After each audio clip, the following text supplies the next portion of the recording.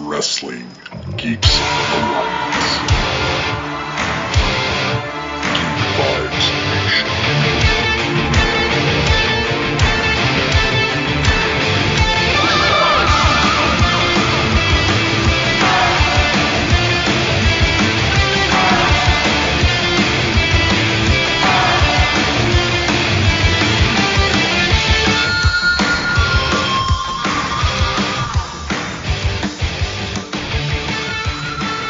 Hello, everyone out there in the nation. It is your friend Dane Alves with another enticing episode of Wrestling Geeks Alliance, a, for new listeners, weekly show that me and my co-host Christopher Brother Rory Patton break down wrestling news. We have a show during the week usually where we break it down, AEW, NXT, and Raw, SmackDown related stuff, and then our weekend shows usually for SmackDown and Raw. But we didn't get a chance to have a show. We both had prior engagements during the week, so we're gonna have a jam-packed episode. We're gonna be talking, Double or Nothing. We're gonna be talking Raw. We're gonna be talking about AEW Dynamite, NXT, and some lovely stuff from SmackDown last night that me and Chris are both extremely happy to talk about. But I've already said his name twice. You heard him giggle. Let me give it up for my co-host, Christopher Brother Ray Patton. How are you doing, man? Hey, man. I'm doing great. I'm just sitting here drinking a Budweiser. Steve Weiser, as Stone Cold Steve Austin would say. How are you doing?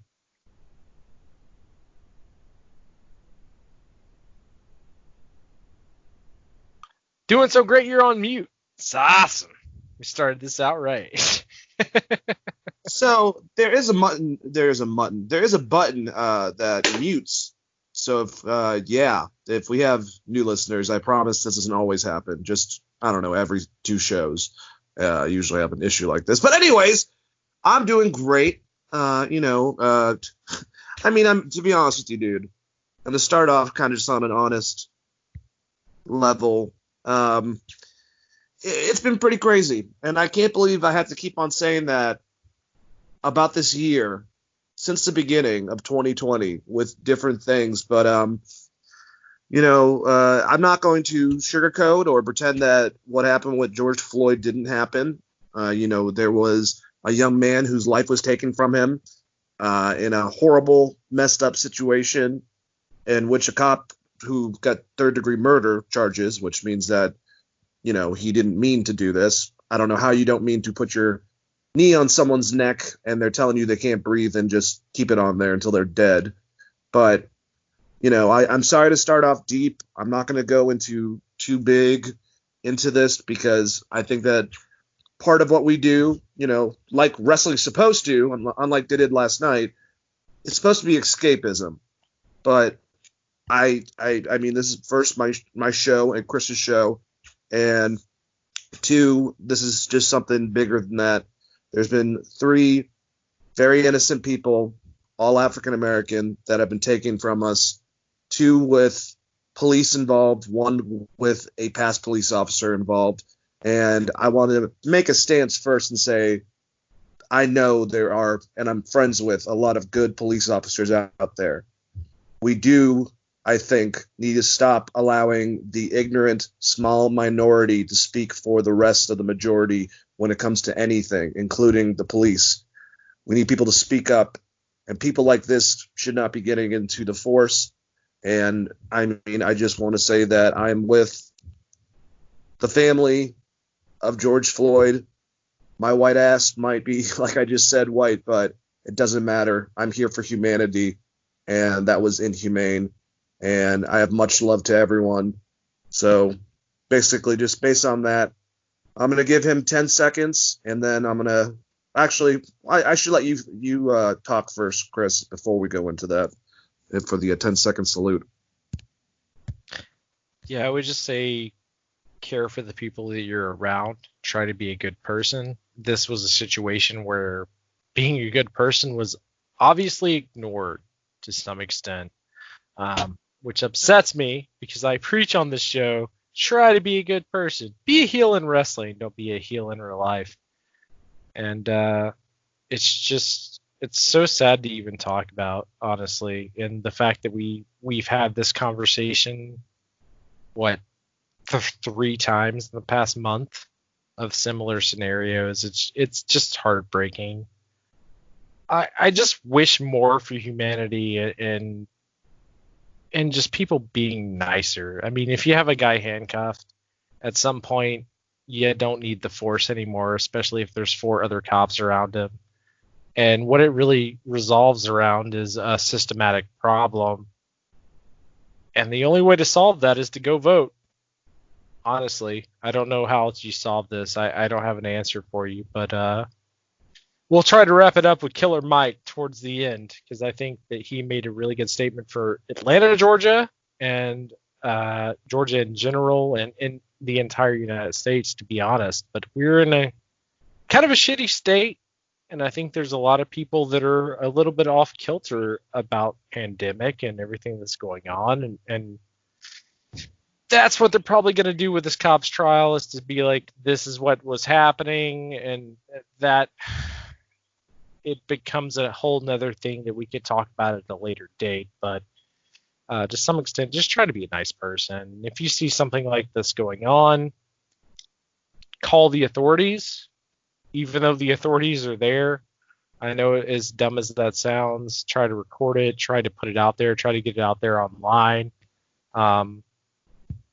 I mean, I would say step in, but I don't know the answer for you at this point, because as easy it is to say that there's good cops out there, which ones are they at this point? And that's a question you have to keep in the back of your mind, and you shouldn't have to keep that in the back of your mind. They're serve and protect. The answer is serve and protect, not arrest and kill. So I'm going to get heat for this, but whatever, that's how I kind of feel on it. And I'm going to pass it back to you, Dave. Yeah, I agree. I do think, though, like I said, we got some brothers in blue that are thrown into all this because of a bunch of extremely racist, just bad apples, man. Or just people that were either picked on or doing the picking on in high school and didn't end up doing anything. So they decided to use a new way to bully people. But I don't disagree with you at all. The problem is it seems to circumvent around one skin tone, and it doesn't matter if there's 9 good police officers if there's that one asshole, right? Yeah, but that's it makes also you very hard to same, trust anyone. That it's kind of the same concept, though, in building in your head that since there's, you know, a thug out of a group of, you know, good black people, that represents all of them and shit like that. So I think that mentality kind of steers those bad officers and kind of enforces them a bit. So yeah, I can agree with that. But just, to my black brothers and sisters out there, I love you, and we're here for you. This is a terrible situation. We got your back, and we just want to provide a fun show for you outside of this. And rest in peace for George Floyd. Give him 10 seconds.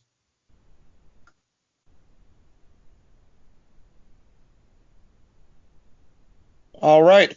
Well, that was kind of a interesting opening. I might be talking more about this with Chris on Monday Suck, doing an episode with probably him and John Colina.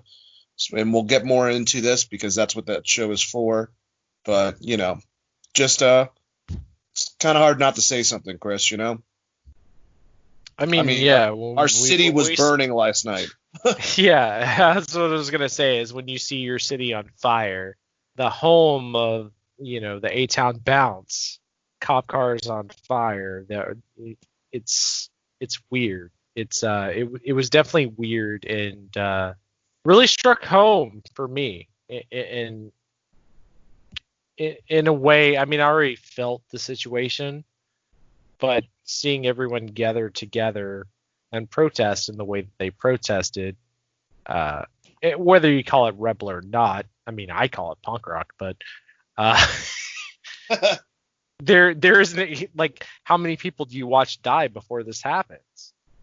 I don't know. So, like, the expectation of people quietly protesting or being like peaceful protesting is ridiculous to me.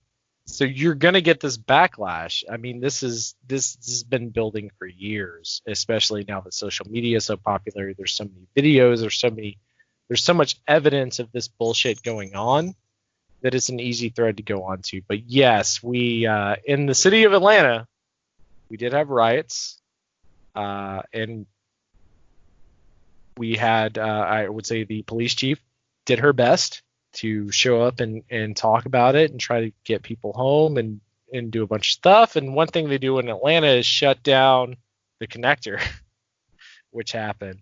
So not as bad as what happened in Minneapolis. So I'm not trying to compare. And obviously it's a very sensitive situation. But just know that, like, our hearts on this podcast is at least me, goes out to the family, and we definitely think this is all bullshit. Yeah, absolutely, completely agree.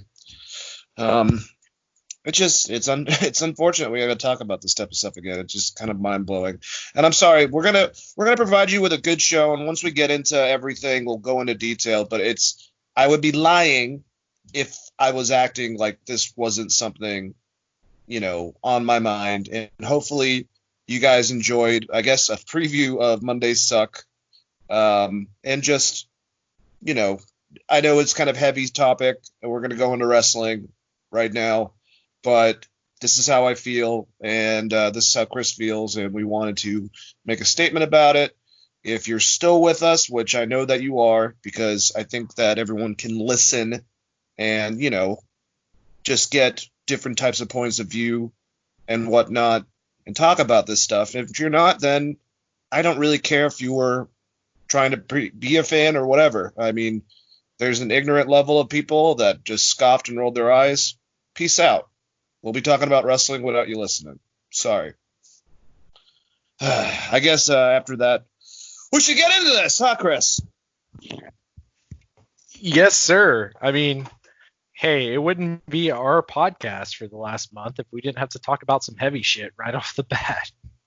For the last 6 months, man, it's been crazy. But 2020 is a real asshole. It is the Ted DiBiase of years. It's the Cobra biting fucking Macho Man. Jesus. Yeah, it's nutty. And I swear, I don't know if everyone was like this, but 2019 was kind of, I was like, God, thank God we're starting a new decade. We can get away from this last one. It wasn't as pleasing, besides obviously my niece being born and a few other things. And then 2020 hits, and it's like, bah! Bah! It's like getting stiff by Stone Cold and his potato punches. Jesus Christ. Yeah, it's definitely like getting Damien dropped on your neck for real by Jake the Snake. It's 2020 has a heel turn. That's all I'm saying. That's a good way of putting it. 2020 has a heel turn. All right, well, maybe 2022 will bring back the baby face, the Ricky Steamboat, if you will. But we're gonna talk about Double or Nothing. Show last Saturday, Daly's Place in Jacksonville for AEW. I thought it was an awesome show. There was a couple moments in certain big matches that were, I'll say, a little bit less appealing, or I had more in my head going into it, but for the most part, I enjoyed everything. And you know what? I just realized, Chris, we really haven't talked about the Stadium Stampede match, but I'm actually on the side of it, well, like the opposite fucking side of Jim Cornette on it. Where I really enjoyed it, and I thought they set it up. Obviously, they pre-recorded it, and they tried to play it off like it wasn't, but it was kind of obvious. But I had a lot of fun with it, and I was laughing hysterically throughout the whole entire thing. So I know it's not for some people. I think that everyone a bit is getting sick of all these cinematic matches. I understand they're trying to do new things. Now WWE. Well, I'm not going to yell at and say they're copying AEW just because they finally brought audience members. It's like, what the fuck? Damned if you do, damned if you don't. WWE needs to get people out there just like AEW's doing. Oh, they're a bunch of copycats. It's like, just pick your fucking poison on that. Either way, I'm glad that there's some level of audience in attendance, and I understand you got to be creative during these times. I like this more so than Money in the Bank. I actually think this was the best one so far. I even liked it more than the Undertaker AJ Styles match as far as a cinematic match. But like I said, I kind of hope that they dwindle because I think their value is going down, I would say. But how did you like the pay-per-view overall, and specifically about the Stadium Stampede match, Chris? So I love the pay-per-view. I thought it was really fun. There was a lot of good matches on it. I like the stadium match. I won't go as far as you did to say it was better than the Boneyard match, because the Boneyard match had AJ Styles and Undertaker, and there's a mystique there, and there were some really fun things there. I still think they used the wrong fucking Metallica song. That's a different topic for a different From Whom the day. Bell Tolls, man. Or Four Yeah. Horsemen, or so many other ones. Other songs where Metallica has bells would be good. Ugh. But all that aside, I think I liked that a little bit better, but I liked the Stadium Arcadium. I almost called it Stadium Arcadium like it was a fucking Red Hot Chili Great Peppers album. I like the Stadium wrestling match. One, because like immediately you get Chris Jericho showing up kind of in the Joker costume. The whole team's got on the same logo, the same kind of football jerseys and knee pads and shit. There's just so many great elements to that match. And then they actually wrestle. That's the difference. That is the difference between like the Randy Orton and Edge match or the Money in the Bank match where people just like punched each other for a long time. There was a lot of wrestling moves in this, I will say in quotations, match. And some of them were really kind of crazy. Now, you got Goofy with Matt Hardy and the pull of reincarnation at Jacksonville Stadium. Get that. It's Goofy. I'm fine with Goofy if...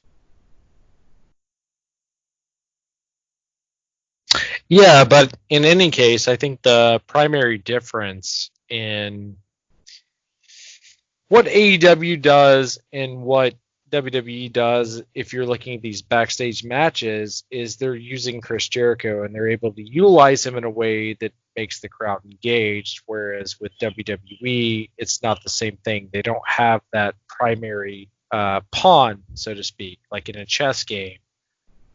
And I thought the match was really, really fun. And it was definitely not as boring as, say, like your AJ Styles versus, or not AJ Styles, but Edge versus Randy Orton match. What are your thoughts, Dane? They are still at the bottom out of all the matches like that so far. You guys are still... Sorry, I just got to keep on saying that. I wouldn't drive that home if it wasn't for that damn interview with one of my favorite wrestlers, Edge. That pissed me off. So, but anyways, yeah, I enjoyed it. What did Edge say? I can bring up the quotes if you want, if I can find it. You just give us a general answer. I'm sure that most people would. What's his name? Corey Graves. Oh, okay. So we know it's going to be really good. Did he call it the greatest match of all time? No, I don't. I guess that's what's going to happen, apparently. God dang it. It reveals. While we're talking about this, CM Punk buried SmackDown, which we'll get into later. He hated the Jeff Hardy angle and made fun of it openly via Twitter. Ugh. I don't know. Basically, threw the fans under the bus. I don't get it when wrestlers want to criticize the fans, man, for something that not only fans are complaining about, and a majority of them, but other minds in wrestling, multiple minds in wrestling that give it and say that, it wasn't that great. Sorry that you guys put yourself through a bunch of physical stuff and it ended up being boring as fuck, but I'm sure that they had control over some of the editing, and if they didn't, then it's not even Edge's fault, and you shouldn't discredit the fans. That's how I feel.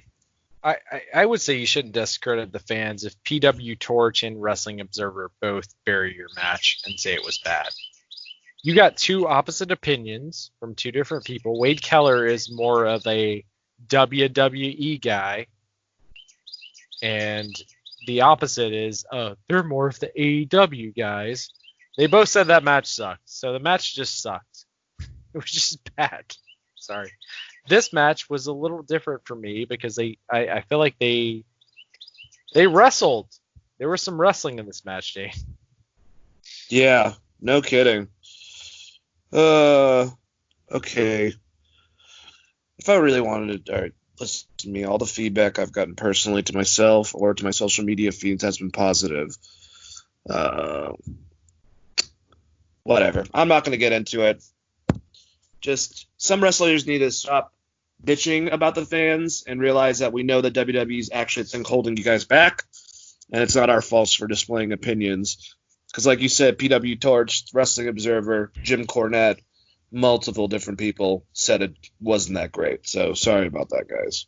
Yeah, and I would say, like, if PW Torch says it's bad, because that's like the baseline. They're very heavy WWE people. They do a lot of WWE podcasts. Wade Keller's done podcasts with Steve Austin in the past. He always gives them a little bit more leeway than like Dave Meltzer. But if they say it's bad, it's just bad. And if you can't tell from the fan reaction that it's bad, the backlash on Twitter, I don't know what to tell you. Like, it was good to your general audience. I think the AEW match was better to their general audience.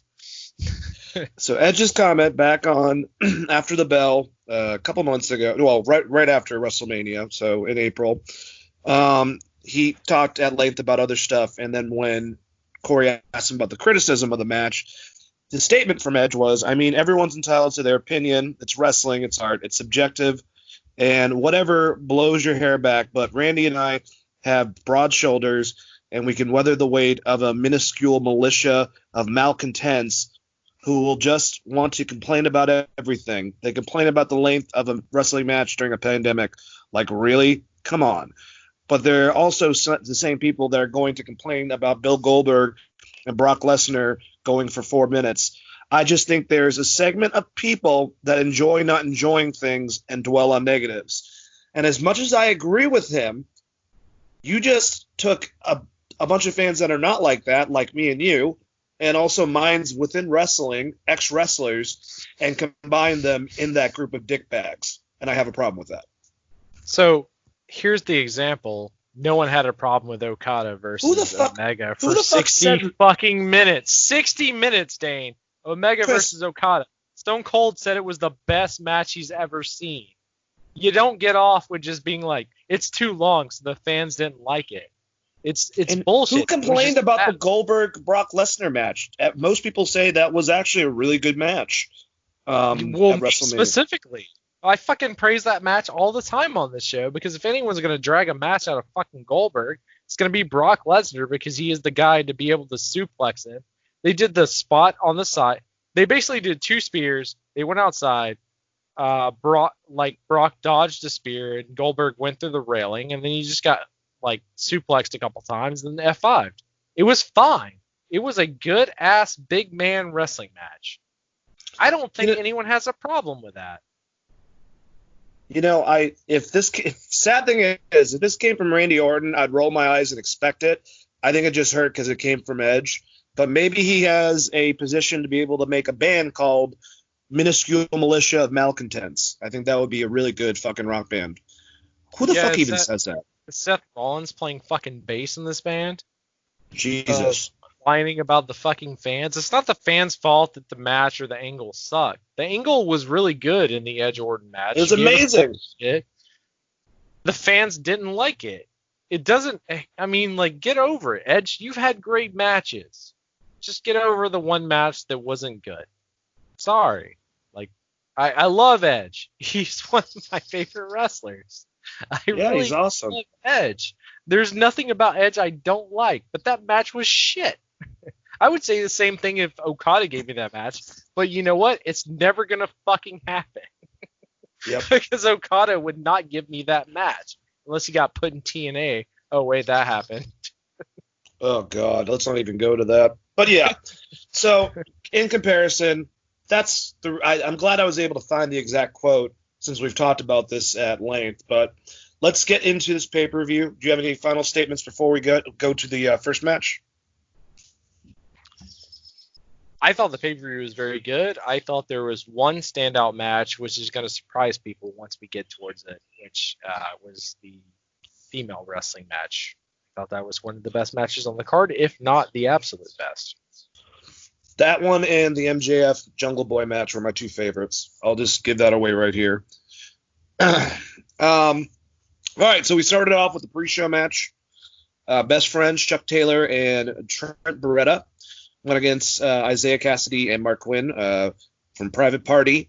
And it was a pretty good match. Private Party, they looked a little bit, like they haven't wrestled in a ring in a minute. I'm sure they practice a lot, but still was pretty good. I just think it always goes back to just, my Lord, Trent Beretta.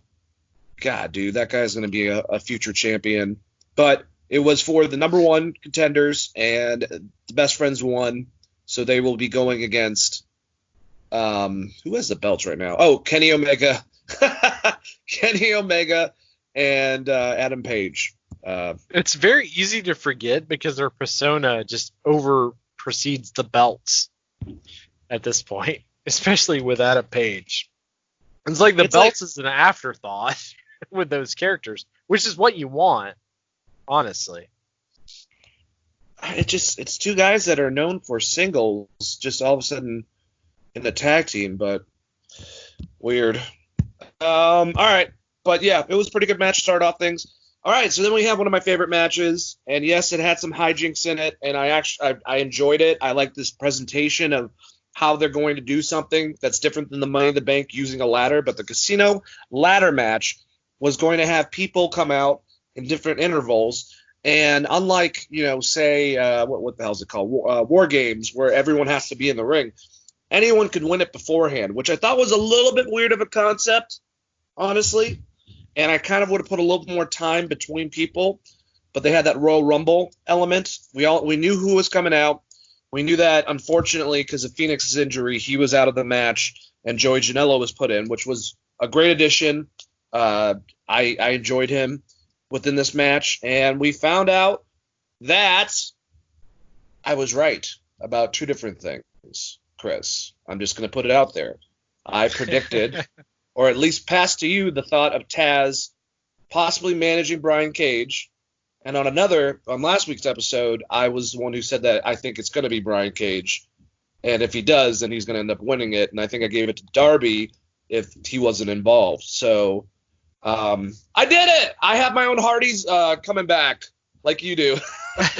Yeah, like double whammy. I didn't think Cage was gonna win it. The Taz, the Cage linking up all made sense. I'm like, okay, that makes sense. I just didn't think he was gonna win it, but he fucking won it. It's good booking, because you made yourself a monster going into the next pay-per-view against John Moxley, which I think they gave a good payoff on Dynamite, which we'll get to later, but I did not expect that. The battle between him and Luchasaurus was my favorite part of the match. Thought that was great. And Darby Allin doing the what's it called? The plant dive with the skateboard. Jesus. Basically. Was really great. I'm glad that Kaz got out of the way, because that would have actually probably killed him if it would have connected. But Kaz is great. So Kazarian, good on you. Kazarian carried a lot of that match. He did. He carried a shit ton of that match. Orange Cassidy was really entertaining. He really was entertaining, and it just depends on what your kind of wrestling is at this point. He showed up at the press conference that Tony Khan was doing and asked him, and Tony's like, hey, sorry guys, hold on one second. I'll give you guys as much time. I have one of my wrestlers here. Orange, what's up? No, you didn't win the match. No, I explained to you how the match goes the whole entire time. You just did not listen to me. All you had to do was climb the ladder.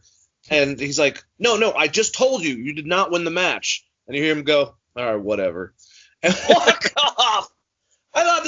Dude, I mean, I feel like even JR's coming around to it because it's supposed to be entertainment. It's our truth. You know what I'm saying? It's not supposed. I don't think Orange Cassidy, and who knows, maybe I could be wrong, and they could add it in there. I don't think he expects to be the world champion. He's supposed to be someone in there that makes you pop while stuff's going on, and then he also can turn it on and actually be a viable wrestler if needed. But I thought him getting on top of the ladder and trying to reach up like that was gonna work, and trying to talk. And when he laid it flat and stood on it and just reached to the sky. Oh my god. Oh god. I thought it was hilarious. It was hilarious, but it is definitely something out of R-Truth's playbook. I'm gonna give R-Truth credit because he showed up to the Royal Rumble with a ladder thinking it was Money in the Bank. And then vice versa. Like, he did that joke originally, and it was great, because R-Truth is the fucking most underrated best of all time. I just get so sick of this double standard concept that both companies have, where it's like if AEW does something, everyone forgets that WWE does that thing. And if WWE were to do some of the stuff that AEW does, they would be, they would get backlash for it. It's so silly how these online fucking troll fans are. But I love this match. I thought it was fun. Joey Janela came out like a monster, just fucking taking everyone out.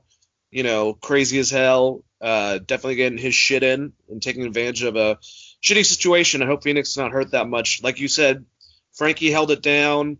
And yeah, they ended up burying fucking Brian Cage. I don't know if I would have done that, but it did take all of them to take him out. Because I think I messaged you at one point. I was like, if this is how they're going to use Brian Cage right at the start, I think it's a really fucking stupid way of starting him off. And then he got all that shit off of him, climbed up the ladder, threw out Darby Allin, and got the damn chip. So it looks like we're going to be getting, since Taz is pissed at Darby, whatever they decide to do, if Brian beats, I guess, what I'm trying to say is his first feud might be with Darby Allin, which would be very fucking interesting.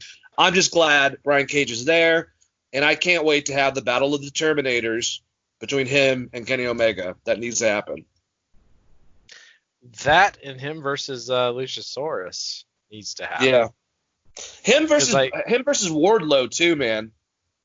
I mean, Brian Cage is great, so just him versus anyone. And also Wardlow is like really fucking good in the ring, and I knew nothing about him until this company. So I don't know how I slept on this guy. What's great about Brian is he is that linchpin between the smaller, more agile wrestlers and the bigger guys that brawl and shit like that. He can do both. He's that accomplished, and having Taz as his mouthpiece, I think, is very interesting. And I liked what he had to say to Jon Moxley. I do have one problem with it, Chris, and I guess I should bring this up now. The only thing I have to say about AEW is Brian Cage going to lose to Jon Moxley because they have a thing, Jeff Cobb, Wardlow, this same pay-per-view with Lance Archer, Luchasaurus. They've all gotten beaten. Some of them, it was their first fucking matches. So all the big monsters are taken down a peg, and I don't see them taking the title off Jon Moxley. Maybe they will and put on Brian Cage, but if it's him getting beaten, that's something I don't understand that they do, and they've kind of made it a trend. Does that make sense? Well, it's been, 6 months with Jon Moxley as champ? Yeah. 6 or 8. So they're just trying to make their title more important, which is smart. I think he's going to beat Moxley's ass for that title. Whether if Taz is involved or whatever, he's going to beat him for that title, and Moxley's going to have to climb his way back because that's what makes a good babyface, and Moxley can play that babyface, and it'd be great. I don't know that the crowd is behind Moxley as much as they think the crowd is at this point. I feel like there's other wrestlers they're more behind, like Cody or Darby. But Moxley is still that guy you can throw in that spot, kind of like a John Cena. Like, no one's turned against him yet, but you can throw him back in that spot if he loses the title or if he gets screwed out of the title. I wouldn't be surprised if Taz jumps in, suplexes him, and he loses the title in his own hardcore match, because the entire identity they built around that character is like, no one can beat me in this one specific match. If you go back like 3 or 4 months ago, and they actually care about the past in AEW, so with the year of lineage, yes, they do. Yeah, you could go back and be like, yeah, well, he wants this kind of match. And he did play it off like he was a little scared, even on commentary. At the end there, he played it off a little bit like he was like, all right, this guy's a serious threat. The problem where it really sucks is someone like Wardlow or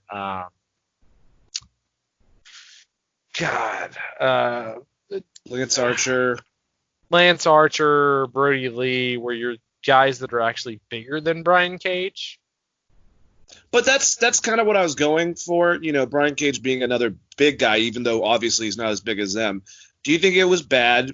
All right, Brody Lee beaten that night, Lance Archer beaten that night.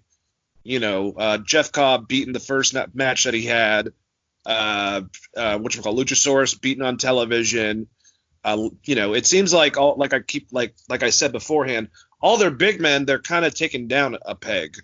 Like, do you think it's hurting them that none of them, you know, potentially Brian Cage it could be, but none of them they're not doing the unstoppable. They're getting beat like Wardlow first match in, you know? Well, I think that may be part of the plan to push Brian Cage, honestly. Yeah. And you think he's going to go undefeated?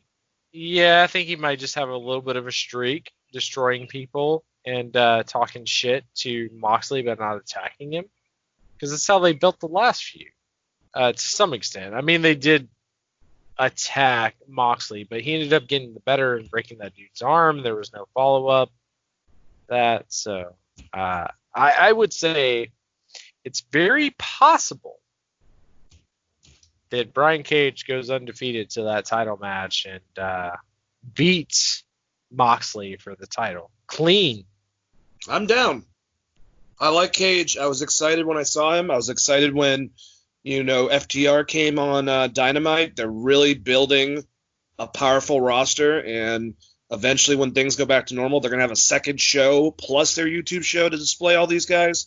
AEW is doing really well to build themselves, and I wouldn't be surprised if Zack Ryder makes a way over there. I wouldn't be surprised if Jeff Hardy, when he's done, when Rey Mysterio's done with his contract, you know, they're going to have a monster. They already do, but it's going to get bigger and more fucking monstrous in the next, 5 months, I believe. I hope that WWE has locked up Jeff Hardy somehow, because he's going to walk into that company as a superstar, because the fans, like me and you, after the bullshit we saw on Friday, are going to back him so hard coming out of that contract of like, oh, you're trying to bury this guy. God. When he walks into that company, he's a huge star. WWE doesn't realize what they have with Jeff Hardy. Like, he doesn't. There's a natural charisma, and I've said this on this podcast multiple times. There's few stars that have it. You have like Jeff Hardy, The Rock, Stone Cold Steve Austin. There's people that just like the crowd will react to no matter what they do. And he is one of those people. Sting is another one of those people. Undertaker is another one of those people. That's not something that you can fucking make in a lab. It just happens. So God. And there's so much upside. Jeff being involved in AEW, singles runs. You know, obviously Darby Allin comes to mind. But there's a lot of great talent. Jeff Hardy and Kenny Omega would be awesome. But then you get the tag teams, and we get to see the Young Bucks and the Hardys again. You know, we have one of the oldest and best tag teams in an already flourished division that's getting bigger and bigger. I mean, there's just so much upside for Jeff to be, and also his involvement with Matt, separate, but also with the segments and all the Broken Matt Hardy stuff. They're just, A lot of good stuff and a lot of upside with Jeff Hardy being involved with it. And if they get Ray too, oh God. That's yeah, like, and I want people out there listening to us to know that we're not like send out everyone that gets fired from WWE, because no. there's a lot of really, really good ass talent in AEW. Could like Sammy Guevara should get more time than some other people you might bring in. Like I would give him more time than Zack Ryder, possibly. Yeah. No. I think when I think of it, and it's no offense to all the everyone had lost their job, and in the case of Ray and Jeff, they're just waiting out their contract. But the ones that did, personally for me, maybe not even realistically, the ones that I think would make an impact on there is if you put Zack Ryder on there and you actually build him to not be a buffoon, but use a lot of stuff from previous and good matches, he could be a star for sure. I think Rusev could be a star, and I think that Leo Rush could be a star, especially opposite some of the other guys that they have that are about that size, like your Sammy Guevara's, like your Darby Allin's. So that's pretty much it. It's Sarah Logan, Santina Garrett. I think she just showed up at Impact, but I could see Sarah Logan doing some damage as like a really beast heel in the women's division as well. Yeah, Impact picked up too, because they picked up who's the girl that Deanna Caruso. No, Carasso. They picked her up because for the ninja. That's skills. who I was talking about. I think Santina's still in WWE. You're right. Yeah. They picked her up and she showed up as the virtuoso, and her promo sucked. But she was trying to get across, like, I can do cool flips and shit. So I appreciate that. The promo was really bad. I think you're going to see Eric Young and EC3 back on Impact. They seem to be getting a lot of good guys, too. So, hey, good for them. I want to see these guys have homes. I started watching Impact again. It's still really weird, no matter what it is. AEW, NXT, without the audience. It's awkward. But, hey, man. Well, at least with Impact, because they started filming for Twitch, it's like 2 cameras ringside. Mm-hmm. So it's hard focused on the wrestlers. Yeah. Which is very different. That's even different than what AEW does, where they center one camera and they shoot directly towards the ring, towards the stage to avoid the crowd, and they filter in noise.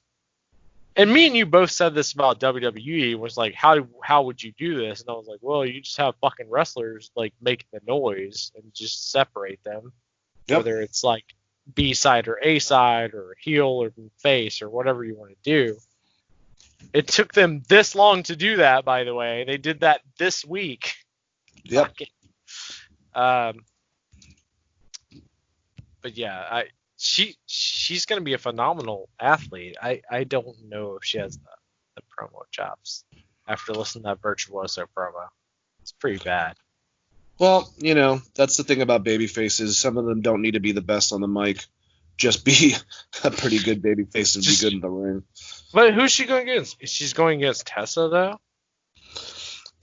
Tessa's the world champion, so she's in a different division. She'd be going against Taya Valkyrie, who's had the belt for like fucking 2 years, Mr. John Morrison's wife. I keep on saying it, man. Impact has a stacked women's division. Jessica Havoc, Sue Young, Rosemary, who I think is going to be now paired up again with Crazy Steve, which is pretty cool. They got a really good ladies. What was it? A girl that did not come to that left AEW. She was a part of that first match. And then she brunette, really, really kind of like Bayley-esque, but then with a Pikachu outfit. I forgot what her name is, but she ended up leaving AEW right at the beginning, and she ended up going to Impact. Damn good in-ring wrestler. But yeah, anyways, hey, we have a bunch of wrestling. That's pretty damn good. Me and you are rambling like normal. Wrestling's good. Welcome to the podcast where we ramble about shit. It is true. All right, so we had a match, and this, like I said, I think between this and the Sheeta Nyla match, I think this one was my favorite match, honestly, and that was between MJF and Jungle Boy. Very weird. They didn't really have to do this. I would have liked to seen a confrontation like I thought they were setting up with Wardlow and whatchamacallit, Luchasaurus. I'm just remembering the Battle Royal just now. Billy Gunn is taller than all the motherfuckers that they have, including Luchasaurus. Well, Holy hell. That's Wednesday. He's a I big know. ass dude. I know, dude, but I was like, holy fuck, man. I didn't realize that he was that tall. Anyways, and also Austin, you shouldn't be excited that your dad got picked over you since you're the young one. Anyways, but MJF, Jungle Boy, classic style wrestling match. Yeah, they threw a little bit, the reverse Arana on the fucking apron. Can we stop doing that? I thought that he clipped him on the corner, honestly. But other than that, just good stuff, man. Just classic stuff. I know that Jim Ross and Tony Schiavone must have been having a field day announcing this, because this is definitely reminiscent. And I don't mean to make it's not me making fun, but obviously wrestlers are much smaller in comparison than the 80s and stuff like that. So I got like a mini Ric Flair, Kerry Von Erich, type of concept going into this. I think Jim Ross is the one who keeps on saying, it's like he always compares them to Kevin and Kerry, and it's like, yeah, but he's like the size of Chris. Yeah. But I love Jungle Boy. He's one of the future baby faces. He also has, kind of like Jeff Hardy, that type of natural charisma, and doesn't have to say much either, just to have it. And the fact that he looks like his dad in the face. I mean, Dylan, are you kidding me? But he's gonna have to change soon, though. He needs to. He needs to have some type of changes. Because I think Luchasaurus is who the fans are really behind. They're behind the group, but they're actually more behind Luchasaurus as a character. Do you think that we're going to get soon? I kind of wish that we would. I want to see the four young, smaller dudes. I want in one match. I want to see MJF versus Darby Allin versus Sammy Guevara versus Jungle Boy, and maybe an elimination 4-way match. I think that would be a lot of fucking fun. I think that's where you put the TNT title eventually, unless they're going to treat it like the IC, which is fine. You could treat it like the IC. It's like, this is the next tier. I have nothing against the worker that. title, just like the IC and also the US title were in the 80s. The worker. Cody's promo on Wednesday did say he was open challenging. So Darby could just win the fucking thing. Which kind of sucks for Jungle Boy winning that thing to get that shot, and it's like, oh, but the next week I'm gonna let any random person come out, and whoever wants to challenge me. It's like, oh, okay.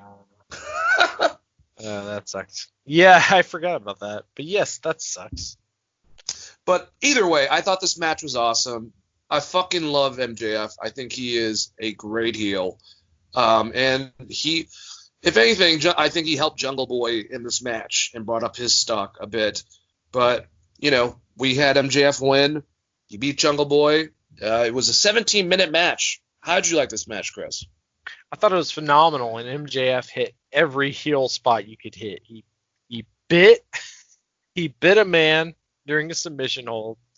He did the beg please. He raked the eyes. He had interference from the outside. Strutting like Flair. He strutted like Flair. Like, he was great. MJF was fucking great in this match, but so was Jungle Boy. It was believable to the very end. And then, kind of all knew what was going to happen. But it was still really, really well worked, and actually reffed really well. So props to the AEW ref, because usually they let like bullshit just fly and they're redundant, but he was actively calling, which is the only way that works, is if you're calling out, like if MJF is biting a dude's arm, you got to call it out, right? So shout out to that ref for calling the match like kind of down the square to the very end, which I think made that match work really well. It wasn't the best match I've ever seen, but with those two personalities, it gives it like kind of an extra star. So like 4 stars, I guess, out of 5. Yeah, I'd say 4.5, definitely. The next match, and I guess it's we kind of have built a high expectation for Cody, Chris, because he's made not the most crazy athletic matches, but great storytelling within matches in the past with Nick Aldis and Dustin and MJF. It's usually the storytelling within the match itself is just superior, and that's his number one skill. I just think it was a little bit less with Cody going against Lance Archer, and this was the tournament finals for the AEW TNT Championship. I still think it was a good match. It just, the Mike Tyson stuff was a bit goofy. They had a spot which was probably just bad timing. I mean, it's just going to happen where you go to get his reaction. Most of the time he's cheering and stuff like that, and then you catch the one time where he's yawning. But Mike made sure that Jake got the hell out of there when he tried to bring the snake involved. And they ejected him and Arn Anderson for both getting involved with the match. But Cody ended up beating Lance Archer, and it is a bittersweet concept. I love that Cody's got a title. I like that he's going to be doing these open challenges. The title itself, I like. It reminds me, I think they're trying to go for the NWA TV title with the red and the silver, which is cool because that's what it basically is going to be, a title that you defend on TNT, on Dynamite. But at the same time, I understand that, they didn't get a chance and Tony went over. They didn't get a chance to finish the belt, so it's a work in progress because of everything going on. You beat Lance Archer. And that was kind of questionable. I don't think that either one of us picked Cody to win this match because we thought that he was going to descend a bit. But he won it, and I can't complain about that. He's got his belt. And it was awesome seeing the pictures of him and Moxley from last year's Double or Nothing without belts, flicking off the camera. And then this year, both of them as champs doing the same exact thing. I thought that was really cool. How'd you like this match, Chris? This match was very bad. It was not very good. It was a lot of Murder Hawk throwing a dude around with no payoff on what they kind of promised us. So I didn't like it. I think Cody and Murder Hawk did his best, but not my favorite. Definitely not even close to my favorite match of the night. I'm not going to say worst match of the night, but it with everything they put around it, and how long they had built it, it was very disappointing to me specifically. I agree. I thought it was definitely a lot lackluster compared. And it's nothing against either one. Cody's a great storyteller, and Lance is an awesome brawler. I've seen them both have awesome matches, but they didn't really mesh well, and I think that the awkwardness involving with Mike Tyson kind of just made it a little bit loopy, personally to me.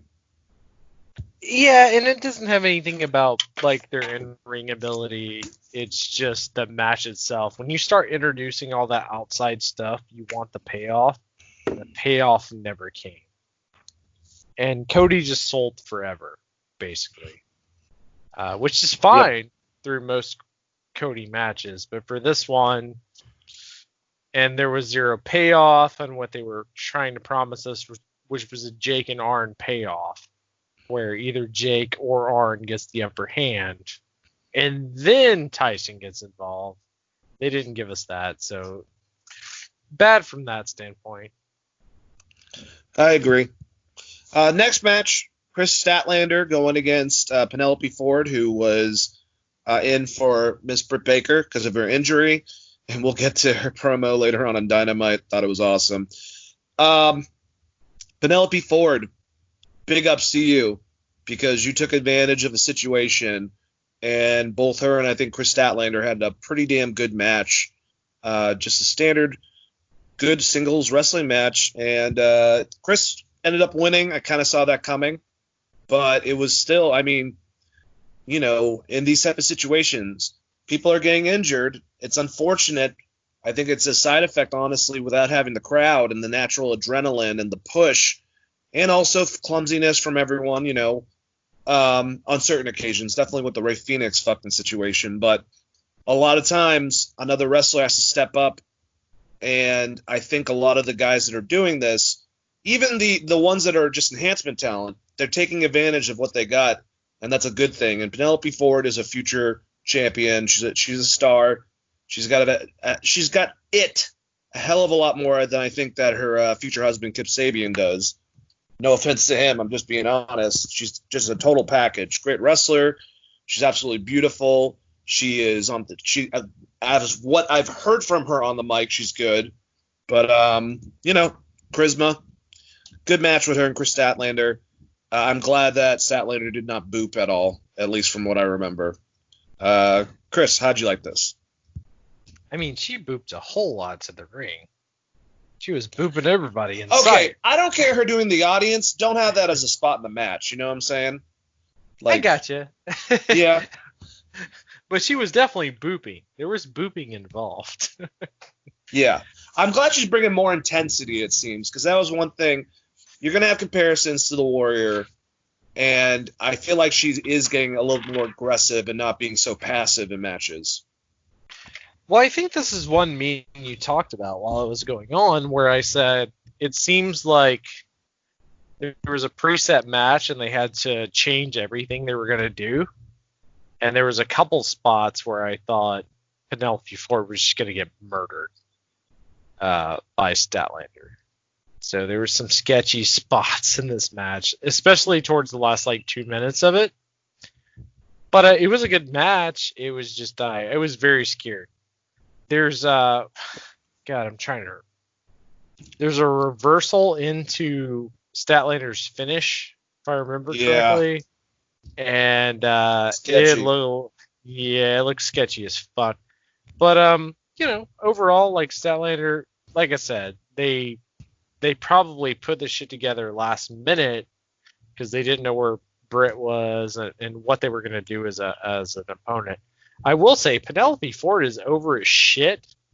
Way more over than the rest of her crew, so push her and maybe have her go back to Joey Janela with the bad girl intro theme and make her a heel against those nerds.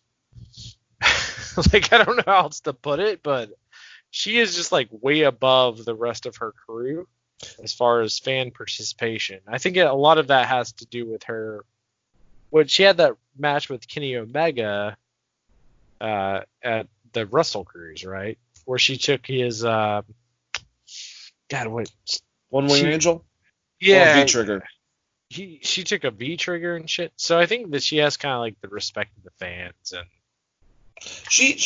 I know that people are gonna you're just doing this because she's blonde, but there's something about her personality mixed with obviously her look, and her athleticism that reminds me of Trish, a young Trish Stratus. The attitude. I'm not even gonna say that. Just out of all the generic ass songs they have on their roster, her song is the best theme song, and a lot of times they get you. Yeah,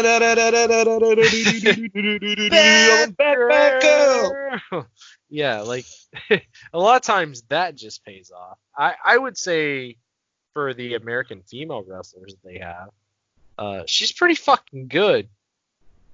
Yep. So, I mean, I would want someone to challenge me on who is better as an American female wrestler on their roster. Maybe they could go Big Swole or something, but outside of that, it'd be hard to debate. Especially because it's just thrown in this fucking thing at the last minute. Because me and you predicting this was we don't know. We forgot that she was a heel because I like her so much. I don't think of her as a heel. You know what I'm saying? So we were man, who could do this? Blah blah blah. Because she's a heel, that would make sense. But Penelope wasn't on the brain, and she did a great job. Next match, singles match: Dustin Rhodes with Brandy Rhodes against Shawn Spears. 3 minutes 20 seconds. I didn't like this at all. They try to play off the WrestleMania match with Roddy Piper and Goldust, in which Piper strips him down and he's wearing lingerie. For some reason, Shawn's version of that was just having leg clips and boxers with Tully Blanchard's face on the front of the crotch part. Thought this whole thing was awkward. This was thrown last minute onto it. Didn't really see the point. Wasn't really funny. Thought it was kind of dumb, to be honest with you. At least Dustin got a win. What do you think, Chris? I mean, at least Dustin's got to win is the right answer, because I was like, I don't know what the fuck they're going to do when we were talking about this in the previews. Like, I guess Dustin has to win because he's lost every other match, and no one gives a shit about Perfect 10. Sorry to ruin the Sean Spears dreams out there. If this didn't prove that no one gives a fuck, then I don't know what to tell you. This guy got What the fuck was the Tully Blanchard on his crotch? Burial? Like he's done? He's gonna be on AEW Dark from now on? Yeah, That's I think Tully's like, can I have FTR and you guys do whatever with Sean? Is that okay? Please put him with them. Get him away from Sean Spears.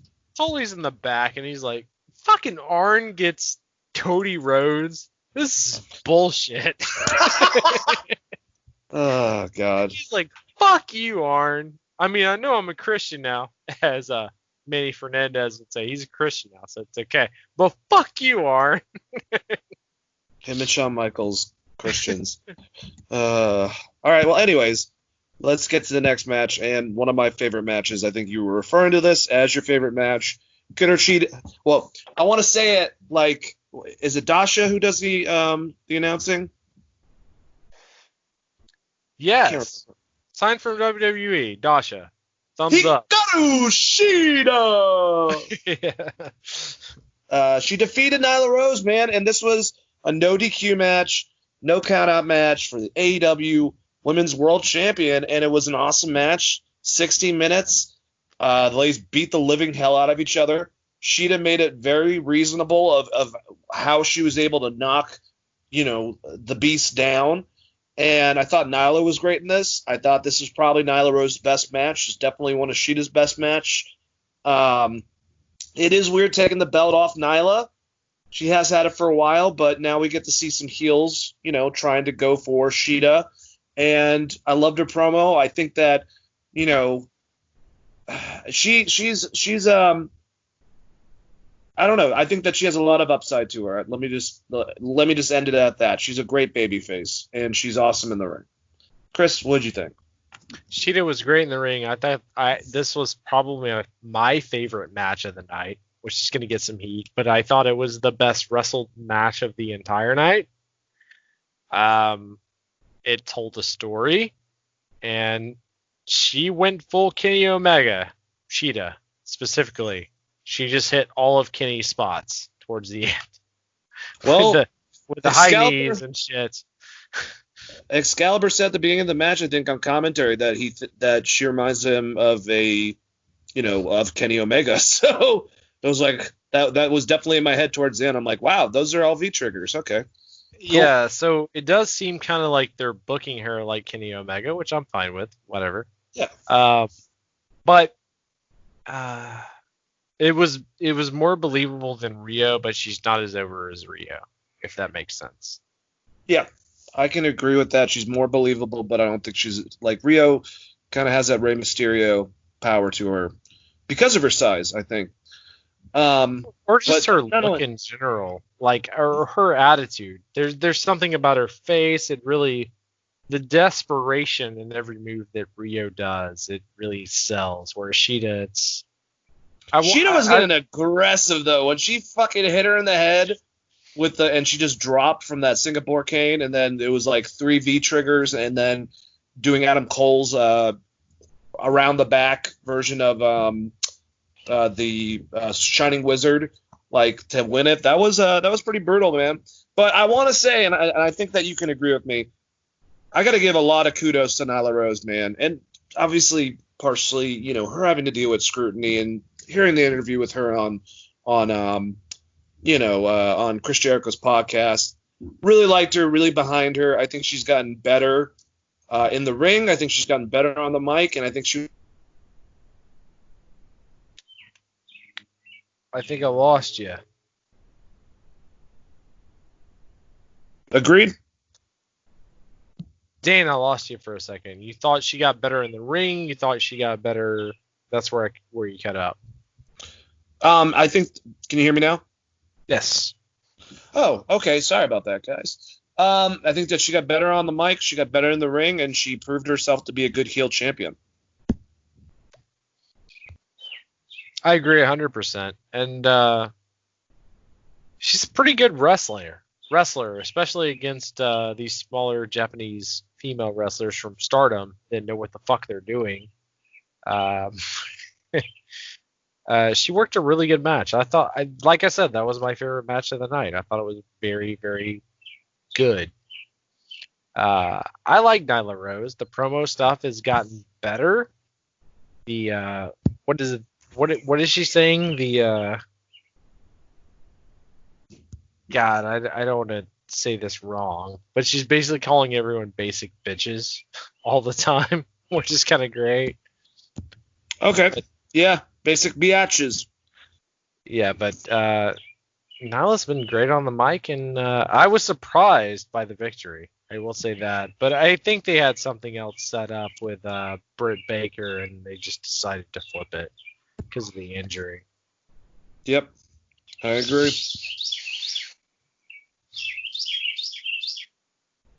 Okay, so we got to the next match, and it was the AEW World Championship singles match with Jon Moxley going against Brody Lee. That somehow it's like the fucking ref threw out the rules, I guess, in this. I thought it was a hardcore match. And then it was said from a kind of disgruntled JR, like, what are they not doing back in the ring? You know, for good reason. But it was a good match. I just didn't think this did anything for Brody Lee. He ended up getting his ass kicked. There was a part of the ramp that gimmicked, so he gave him the double arm DDT through it. Went down, got some color, came back up, and then Moxley pretty much beat him shortly after that in the ring. I thought it was fine. It's Moxley's style, but they definitely need to, if they're going to do a hardcore match, do a fucking hardcore match. That's one thing that kind of just irks me a bit too. But, I mean, it's showing that he's a physical, just beastly dude. I just, once again, just kind of like, even more so than Lance Archer, this does not really do much for Brody Lee's first pay-per-view match. Or Mr. Brody Lee. How'd you like this match, Clay? I like the match very, I thought it was very good for what they were trying to accomplish. And I know JR had the fuck up spot where he was like, it's a normal match. It wasn't a normal match because I think anyone that faces Moxley for that title, it's under Moxley rules, kind of like ECW, is my guess of what they're going for. And they've just done a bad job of announcing it. Well, it's listed as a singles match, just a normal singles match here. But you get what I'm saying, though. They were going for, like, even the build up to his character was like, no one can beat me in this said match. So they need to do a better job announcing that shit. That's for sure. Yes. So it could just, if so, then bad refereeing, and that sucks. But I thought it was a very fun brawl. Brody's great in the ring, as we all know. Makes sense to keep it on Moxley, just because you just built. I mean, we knew coming out of that ladder match that there was going to be one big other person, right? This is going to be bigger than Brody. The next question is, like, what does Brody Lee do? Which apparently is, like, recruit Colt Cabana, so that's going to be interesting. Yeah, I'm very curious on that whole entire thing. All right, so here we already talked about a little bit. Stadium Stampede match. I'll try to get most of the meat of this, and then we'll talk about it. But we had first the Inner Circle come out, like we said, all in football gear. All of them had numbers on the back that, you know, referenced something. Chris Jericho's was his dad's number in hockey. You know, Sammy's was the year that he was born. All of them kind of had something going on. And instead of starting in the ring, they started like a football game. We had the Elite come out with Matt Hardy. And, you know, Aubrey Edwards started it. And then they just charged each other with weapons and just beat the living hell out of each other. There was so much craziness. They had a little bit of stuff in the ring. We had a part where all of a sudden Sammy Guevara looked behind his back and saw Adam Page on a fucking horse that started chasing him. I don't think Sammy realizes both. This is there will be 3 times after the first one on Dynamite. If something's coming at you in a fast speed. Do not go in a straight line. try to stick and move, man. Just, move out of the way. But it was funny. It brought them back there. I love Adam looking for Sammy and JR going, please, just if I ever get lost, do not send Adam Page to go find me. Like, funny shit. He all of a sudden notices something, and you're like, oh, what's that? He tells the horse to stay, and he goes to the bar.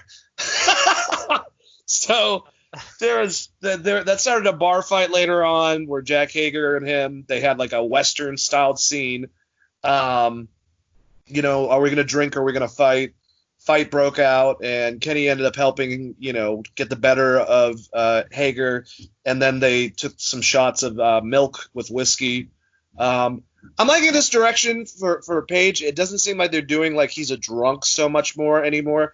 It's just he's a cowboy, man, that drinks, and I think that's more fun. And I like how they're mixing it with Kenny, who does not drink in real life, how he's like, cheersing him with milk. I think that's fucking hilarious. I love Chris Jericho being a witch and putting on the fucking cone on his head. I loved him, going against Aubrey about one of the calls and them going in like the tent to find out about it. The Lake of Reincarnation stuff we talked about. I know that there was a little bit, and it's understandable, I guess, to an extent. It's like how people had a problem with the Edge and Randy match with the Chris Benoit thing. It seemed like it was a little bit too close to have a drowning spot with what happened with Shad. I get that, but at the same time, they recorded it previously, and I didn't even think about it until afterwards. And I like seeing all the different Matt Hardys, including the Matt Fax. That shit was fucking funny as hell. And I don't know, the bell ringing on poor on Ortiz and him shaking and shit like that, having convulsions and putting Santana. It was fucking hilarious, Chris. Give me some highlights on your end, man. Highlights. One of the Jackson brothers just repeatedly dragon suplexed a guy all the way from 1 yard line to the other one. Sammy Guevara got his ass kicked. And got a penalty and super kicked. The tent, they threw the red flag for the challenge, and Jericho was not happy with Aubrey Edwards, but he did not harm her, which I thought was great. Anything with Santana, Ortiz, and Hardy was amazing. It was just the best. Like, even leading up to the pull of reincarnation, which, by the way, if you're a Matt Hardy fan, you just kind of know that when he gets dipped in water, he switches to these different things. That's been a thing for a while. It was great. Culture. The horse. My wife was like, "That's a very beautiful horse." We're watching it together. When Adam Page got off the horse, it's a very pretty horse. And then, like, in the background, Tony Schiavone goes, "That's a very beautiful horse." And then later on, JR's like, "It's a very handsome horse." So that became an ongoing joke for me in my mind of how pretty the horse was. But, it was fun. It was a lot of fun. I don't know. It was better than the Money in the Bank stuff because they had wrestling moves. They did wrestling things. And there was a ring. Like I said, there was a ring. No one got pinned in ring, but there was a ring. What about the fact that Matt Jackson broke a rib? Not only did those Northern Lights suplexes throughout, well, I'm sure he didn't do it the whole entire field, but a bunch of those, but he actually jumped off a fucking goalpost, did a moonsault. Like, that's dedication, man. And he also wrestled on fucking Dynamite. And the one-winged angel off the top. Oh my God, with Sammy. Everything was great. Could you imagine? I heard Brian talking about this. Imagine being in Sammy's position. You are just looking up, and you can kind of see what's going on. You have no idea what the fuck's going on, and falling that far into, obviously, a pad with a bunch of shit on top of it. WWE, all of them do that. But still, that was a good ending, I think, to the match. And I love Jericho. He's just fucking. He's so goddamn entertaining, man. He's hilarious. Alvarez is such a Sammy Guevara mark, though. Sammy Guevara is good, but he is such a mark for him. He's getting so over for losing. You know what I'm saying? Like he's constantly losing, but he's still getting so over. Brian Alvarez has two people. It's Otis and Sammy Guevara. It's like he's a huge mark. He probably bought all their merch, so hopefully they have good merch. But to wrap it up, I enjoyed the match. I enjoyed, just everything about it, man. I thought it was hilarious. I thought it was well done. I loved the like I said, the Western thing in the fucking bar. Like they were great. And then the follow up that was hilarious that we're gonna be talking about on AE Dynamite with with Jericho and his crew. I love their group, man. I said it to you, Chris. They are the NWO meets Entourage. It's very true. I did call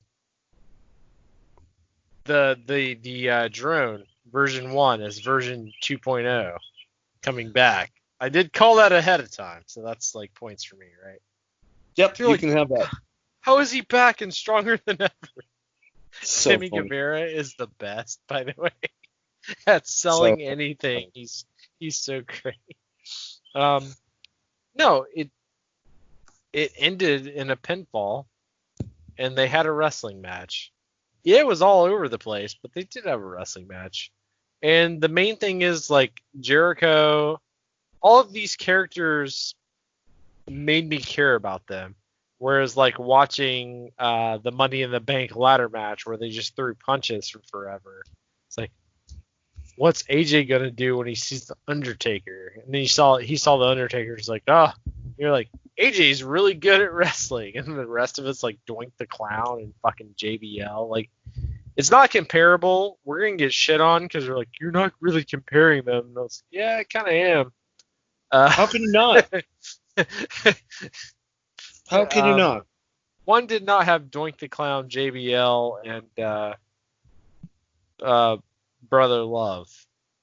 That's how.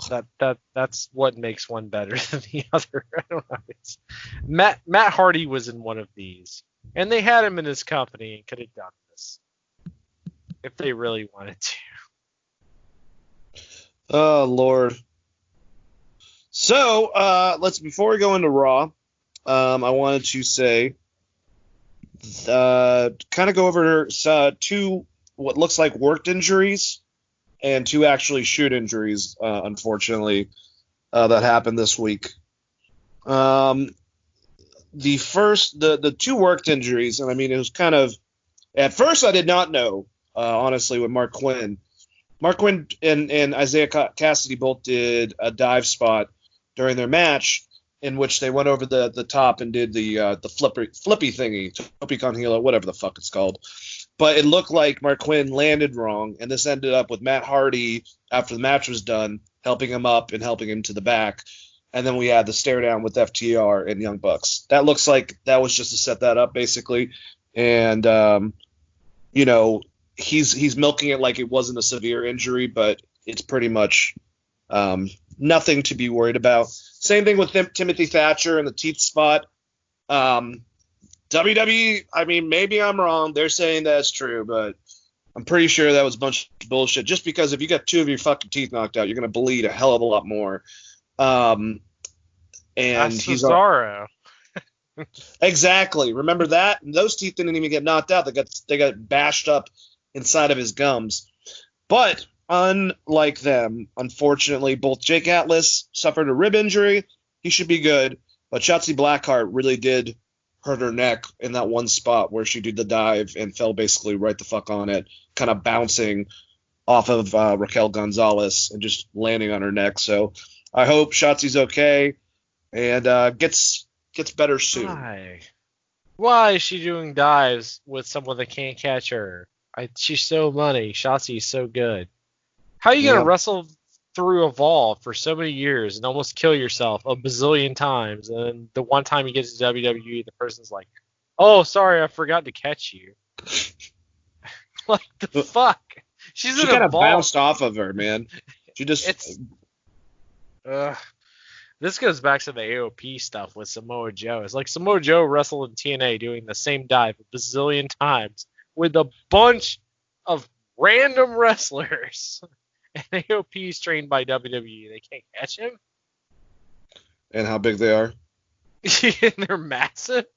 They're like two Are you times talking about? the size. Are you talking about Joe or KO? When KO did that run up the ramp and tried to do a front flip and completely just ate shit because AOP didn't catch him. Well, when he knew that no one was there, he just squashed whoever he was supposed to hit in the middle. So that sucked for that guy. But Joe, like, is nice. Yeah. So he, like, went for AOP twice, and they just weren't there. He's like, bruh, you know if I was the Undertaker right now, you guys be getting fucked up in the locker room. Oh, man. Well, that kind of reminds me of that because obviously, watch the latest episode of The Last Ride from Undertaker and then going over that clusterfuck of a match and Shawn doing the spot where he did the moonsault and he like looked behind himself, said fuck it, and did it, and Taker and Kane both didn't catch him and he broke his nose hitting it on the floor. Jesus Christ. Well, bad spots are bad spots. Taker got his life saved by a cameraman in that match too, if you're talking about the first one. No, I'm talking about the one in Saudi Arabia. Oh, I thought you meant the first one where Taker hits that huge dive, and out of nowhere the cameraman shows up to catch him. Well, you know who that was, right? Rewatch that. No, I have no idea, but it was amazing because the cameraman came out of nowhere and he was like, "We can't let Taker die," and like saved his life. So the truth behind that, because I heard Sean talk about this, is that's Jimmy Snuka's son. What the hell's his name? I can't think of it for the life of me. And they had that spot was supposed to be the cameraman was supposed to be there to catch him, but Sean realized he wasn't going to be able to catch him, so he grabbed his ass and threw him into Taker's to basically break Taker's fall from doing that spot. So ace. That's a very much a Sean version of the story of what happened, because what I saw from watching that match is Sean accidentally fucked off to the right side of the ring and Taker went to hit his spot and there was no one there and the cameraman ran out of nowhere and caught Taker. I think you need to watch that again. He definitely gets pushed by Sean into it, but sorry for that. Let's start off with Raw. Raw has both NXT and WWE, just basically Performance Center people in the crowd, standing 6 feet apart and separated. The show opened with Kevin Owens interviewing Asuka for the KO show, formerly known as the Kevin Owens Show. That was pretty funny. Why? They were interrupted by Charlotte, who the Raw Women's Championship should have been handed to instead of Asuka, Asuka's never beaten her. They were interrupted by Natalya and then Nia Jax, and then Asuka fought Jax and Flair fought Natalya. That would lead up to a match. How'd you like the opening? And dude, the Kevin Owens show. I mean the KO show. Isn't that great? No, it's not fucking great. He's supposed to be Stone Cold Steve Austin. He's stunnering people. He's whipping ass, and now he's doing a fucking Roddy Piper show? What the fuck is this shit? Fuck all of this show. Also, this match doesn't make any sense. Charlotte's been whipping the shit out of every top contender that comes near her, and now, like, she's basically getting looped into a 4-way match. Like, fuck off. So, yeah, I hated it. Hated it. All right, so we had, I think, the best thing about Raw, the U.S. Championship match, a good match between Apollo Crews and Andrade. WWE cut away from the match in the middle of an Angel Garza interview. I did not know that, but that's listed from Uproxx. Don't really remember, but I wouldn't put it past them to screw up on that. But Crews won with his standing shooting star press, winning the first championship in WWE. After the match, Crews was interviewed, and Andrade used one of the clingy poles to aimlessly attack the backstage area. He was very angry. He was beating the living shit out of everything back there. But Man, I'm very happy for Apollo, man. He's a damn good wrestler. Heavily influenced by Kurt Angle, and just a badass in the ring. Not the best on the mic. Took him a long time to get a championship. I don't have a problem with Andrade losing this belt. It was a good match. What did you think, Chris? So Apollo Crews is from here. He's from Stone Mountain. I think his name is like Uha. I can't pronounce it properly. But yeah, I loved him getting a title. Like, I loved him getting a big win. That's awesome. Uha. That's what I think. That's what it is. That was his original name on NXT. So go back and maybe I'm fucking it up, but he had an original name. They changed it because it was too hard to say for the announcer. I liked it. Thought it was really good. Apollo Crews looks great.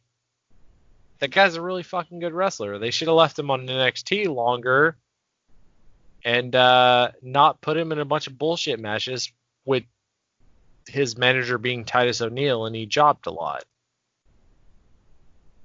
Yeah, I completely agree. The guy can do it. The guy's like 225 pounds, like 6'2", can do a standing moonsault. We know what we're going to do with this guy. Have him job to, like, Sami Zayn. You're like, the fuck? Why? Wow. Yeah. All right, so Seth Rollins got a promo on Rey Mysterio with his mask in his hand as his new trophy. And apparently Mysterio will have a retirement ceremony from Seth on next week's Raw. That should be interesting. That could go to fucking hell real quick. You want to piss off fans, piss all over Jeff Hardy, and then piss all over Ray right afterwards.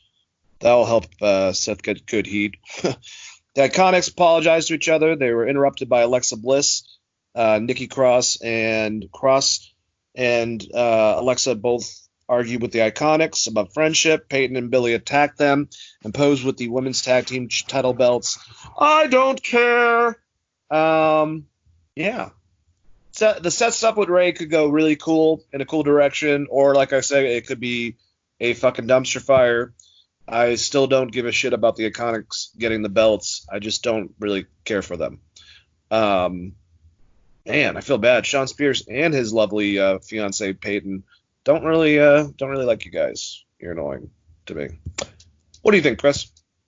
It's not the Iconics' fault they have 0 tag team division.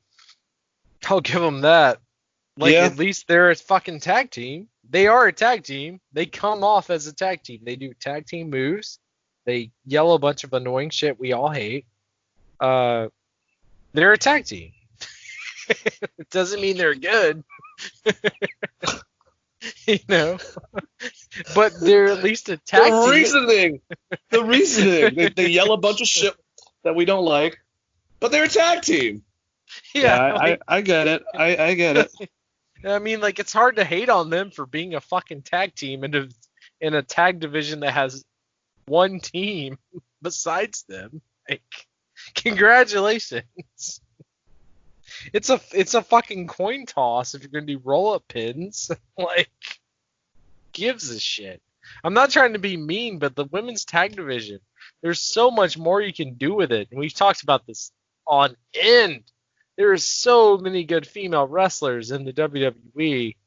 Some that they just released that just now work at Impact. Ugh. You could have done shit with, and this is what we get. All right, cool, fine. I agree. I fucking agree with you. Oh god. What was the other match? I'm so pissed I can't even think of it now. Well, Drew McIntyre was a guest on MVP's VIP Lounge. MVP said that when offered to manage McIntyre claymored him. He decided he would end McIntyre's upcoming championship run. Lashley was brought out, and McIntyre claymored MVP again, and then get the hell out of there. So we're setting this more up. MVP's money on the mic, man. I like this pairing with him and Lashley. It looks like a suitable opponent. I don't expect the wrestling to be that all amazing because McIntyre's going to have to lead it for the most part. but I still like what they're building up for this championship setting, and I think that this is going to be. I think it's going to be Lashley, and then probably I'm assuming Jinder will be the next person, and then we'll get maybe someone a little bit more savvy in the ring. You know, I was actually impressed by Drew's match with Seth, and I know that I'm going to be basically watching two pieces of meat slapping together, as Big E would say. But Big meat slapping meat. Slapping meat. How did you like this segment with MVP and Drew McIntyre? MVP's great on the promo. Why did they not just have him do the fucking match? Sorry. Yeah, it was fine. It's great. True. It's a good fucking build up. It is what it is. I mean, at least I know that Drew McIntyre can probably have a good match with Lashley if they slow things down. So I don't have a huge problem with it. Where the fuck is Lana, by the way? Did they just squash that off screen? Is there some kind of fucking thing that I don't know about? I don't know. She just keeps on screaming in the back angrily. So, like, he's officially with MVP now, right? Yep. Okay. I think the story should be that Bobby and MVP fell in love. That would be great, and MVP would sell the MVP would sell the shit out of that too. It'd be amazing. Oh God! Don't give them ideas. That would be a great idea. What are you talking? That's a good idea. They wouldn't do it, but it's a fucking great idea. Lesbian storyline, fine. Two guys getting together. No way, Jose. No. Just ask the primetime players. Oh Lord. Angel Garza went against Kevin Owens. Well, he got fucked on. Garza attacked Owens during the Owens ring entrance to get the upper hand, and later in the match hit him with the wing clipper to win the match and score an upset. I get they try to protect KO by having him get attacked before the match by the heel. That's fine. Kevin Owens beat Seth Rollins at WrestleMania. Kevin Owens doesn't come back for 3 weeks later with a stupid segment show where he's being a pussy to get, like, trying to be chicken shit to get away from people by standing on the apron, not being tough at all, loses to Angel Garza, and you gave Seth Rollins immediately a fucking title shot. Logic in this? No idea. When's his contract up? 2023. That's what you get for signing a 5-year deal, my bud. Ugh. He's fucked for a long time. So is Samoa Joe. So is Sami Zayn. Maybe you should have taken that offer from Triple H back in fucking February to go to NXT. I don't know what to tell you. You know how I feel about Kevin Owens. They fucked up a guy that was like basically perfect coming in and beating John Cena. It's like, there's your top heel right there. There you go. Run with it. Austin meets Foley, man. It's so bad. So, like, whatever the fuck they're doing with Kevin Owens now, it's not going to matter because Kevin will still get it over. Like, Angel he's going to make it win funny. too. Like, it could have been someone else that we really couldn't stand as a wrestler winning against Kevin Owens. I like mean, if they let Jinder beat him. No, but in what fucking world does Angel Garza go, like, over Kevin Steen? I don't know, man. Like, it doesn't fucking happen. He's not on the same fucking level. I'm not trying to be a dick. Like, Angel Garza is great. I like him. He's fun. It's fun personality. He's not fucking Kevin Owens. He doesn't represent the chubby kids out there doing split-legged moonsaults off the top rope and shit. Like me. You're fucking wrong. Kevin Owens is your Dusty Rhodes. Yep. He is the guy. It's not hard to turn him into that guy. The company is just fucking stupid, and it's embarrassing. Even Jim Cornette knew that shit, and he doesn't even like Kevin Owens. Like, I don't know how to explain this anymore. Like, your company is fucking stupid sometimes. Like, sometimes. Angel Garza. Whirly on Raw. He does a pants gimmick. Cool. That makes him better than fucking Kevin Owens? Okay. We'll roll with that. Let me know how that works out for your company in a few years. The only thing positive, I guess, the silver lining is that he got attacked beforehand, so they just did a heel maneuver. But if he just lost flat out, I would have been even more fucking furious. But the So. heel maneuver is now he has to work with this bullshit group that's lost like 7 weeks in a row. So who gives a shit? Yeah. All right. Well, the Street Profits and the Viking Raiders feuded by playing golf. I actually thought these segments have been funny. Like I said, I feel like they're kind of taking the whole Mr. Perfect thing and just making it like a battle between them. They're not wrestling, but hey, at least it's humor, and it's not terrible humor like I would expect from WWE. Did you like the golf segment, Chris? I liked it way more than the Kevin Owens segment. All right, I'll say that. I think they're doing a good job with this setup, and like, you're doing babyface versus babyface, and maybe that's what they're going for. There needs to be a heel tag team to start interrupting these events. AOP would be the perfect choice if they're healthy. Yeah.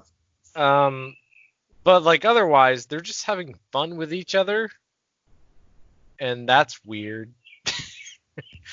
Because eventually it needs to lead to a wrestling match. Exactly. I was about to say the exact same fucking thing. So maybe you build up all this. This is the way I would do it, at least. You build up all this. You have this situation where they have like these competitive rivalry. They're friends, or we're supposed to think that. They have the match. War Raiders win. They go to, shake each other's hands. They embrace each other. And then the War Raiders just beat the living fuck out of the Street Profits and put them over as this much more, scary heel team. That's what I would do. Is there even a fucking heel tag team on Raw? Do you know what I would do? Because the Usos have been gone so long, draft them to Raw and have the Usos jump both these fuckers and have them be heel again. There you go. There's another one. All right, so Lana and MVP. Usos don't care if you win a axe throwing competition. They don't care. Yeah. then again, Jay's fucking hurt. Oh, God damn it. That's what I'm saying. When they get healthy again, that's a good choice. You can move them. It doesn't matter. Why is it that? So that's the thing that's fucking stupid is why does a tag team have to hold back both guys? I was happy to see Jay involved in the Battle Royal as a singles wrestler since Jimmy's not going to be around. But I don't remember if it's Akam or Razor that's hurt. The one that's not hurt, why isn't he the heavy still in fucking Seth Rollins' group? Why does he have to stay at home and not do a goddamn thing? Well, because they're trying to turn Seth babyface. Which we both know. They don't give a shit about any of that. It's going to be like Buddy Murphy turns on Seth, and then Seth is the babyface, and they're going to work their way out of that so they can sell the man's t-shirt again. Oh, God. Yeah, and I liked when Adam Cole brought it up to William Regal on NXT, but we'll get there. That was pretty fucking funny. Lana and MVP continued to argue backstage about Lashley's future. MVP basically got the better of her, and she screamed a lot. Murphy and Austin Theory went against Aleister Black and Humberto Carrillo. Theory pinned Carrillo after an ATL after the match. Rollins threatened to put Carrillo's eye out like he did Mysterio's if Black didn't stand down. Black and Rollins will happen on next week's episode. Kind of like there's going to be some fuckery. They're going to lead to the two of them, I think, at a pay-per-view, and I'm looking forward to their match next week, even if there is, some type of interference to set that up. I've been wanting to see Black and Rollins in a match. Dude, Buddy Murphy's a fucking awesome wrestler. Austin Theory, we're all happy for him. 23 years old, AT alien, awesome fucking wrestler. I'm glad they were in a tag team. It was great to see Austin go through NXT like that, go to the main roster, and he just got a win against Aleister Black and Humberto Carrillo. He's such a Vince guy. He's going to get pushed eventually. Because he had no turbulence from like NXT to main to where he's at now with his build and his size and everything, he is just like the perfect Vince Triple H guy. And I hate to say that about him, but he kind of is. He is just we said that even going back when we were talking about it. It's like, he's fucking great, and he's really good, and he's a lot bigger than like Seth Rollins. Like, damn, I think this might be Vince's next guy. Yep. So, I think he's going to do great, man. And right now, as a tandem tag team with Buddy Murphy, that's going to be fun to watch in the meantime. And I think that, like I said, man, it's just like Jericho, even though Seth's much younger. Being under Seth Rollins and getting to hang with him is only going to make him better on TV, a better wrestler, and get to, like, learn about stuff. So that's fucking, dude. I just watched him in Southern Honor Wrestling about 5 or 6 months ago. Yeah, I mean, like, we were fucking watching. We were watching him back in Evolve. Evolve. Yeah, man. Yeah. We're like, dude, he's fucking great. Like, I think if you go back 2 years on this podcast, I'm like, Austin Theory, he's fucking great. How he's not on the roster already.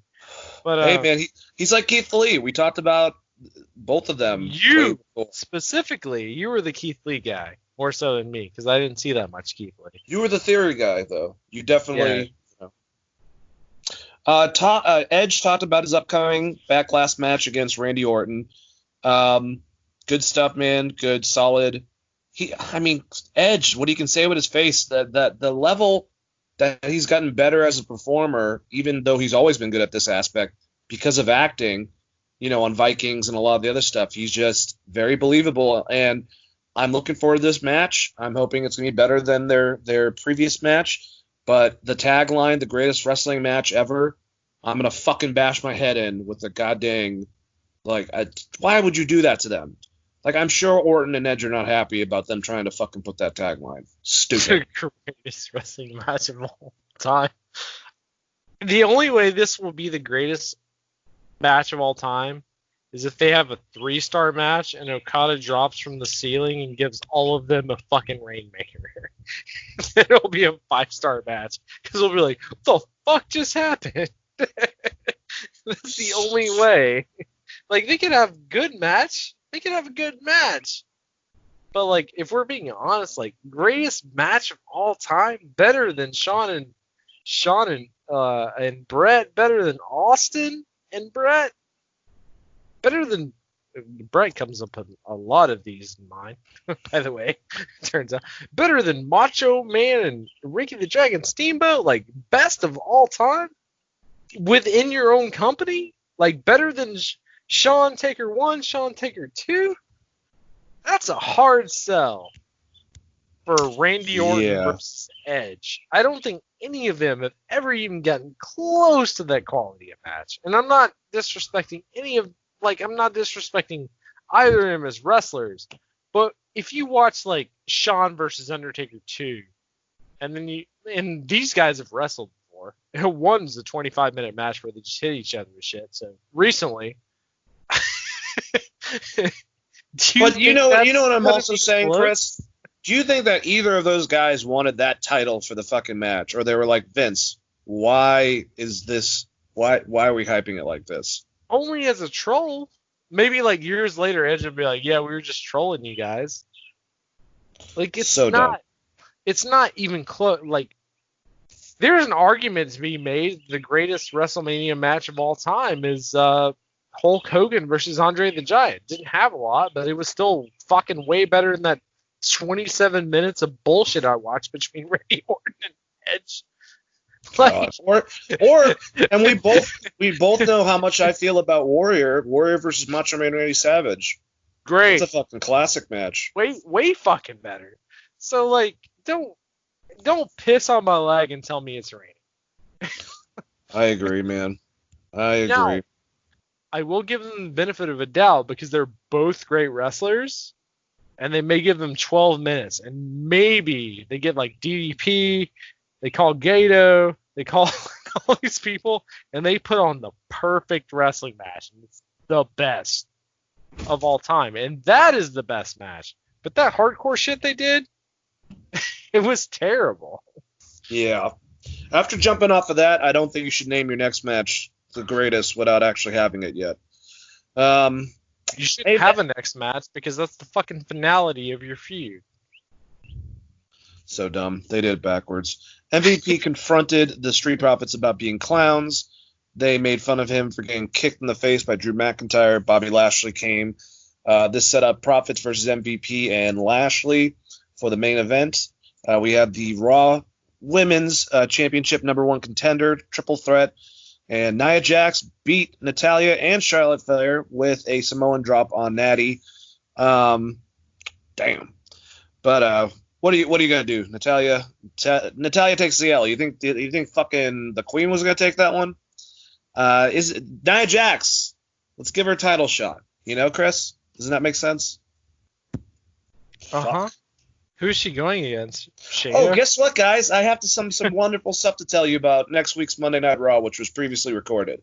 I'm not going to give you any spoilers, but Nia fucked up Kairi Sane again and busted her whole entire head open during their match. So, good job. And she's got a title shot.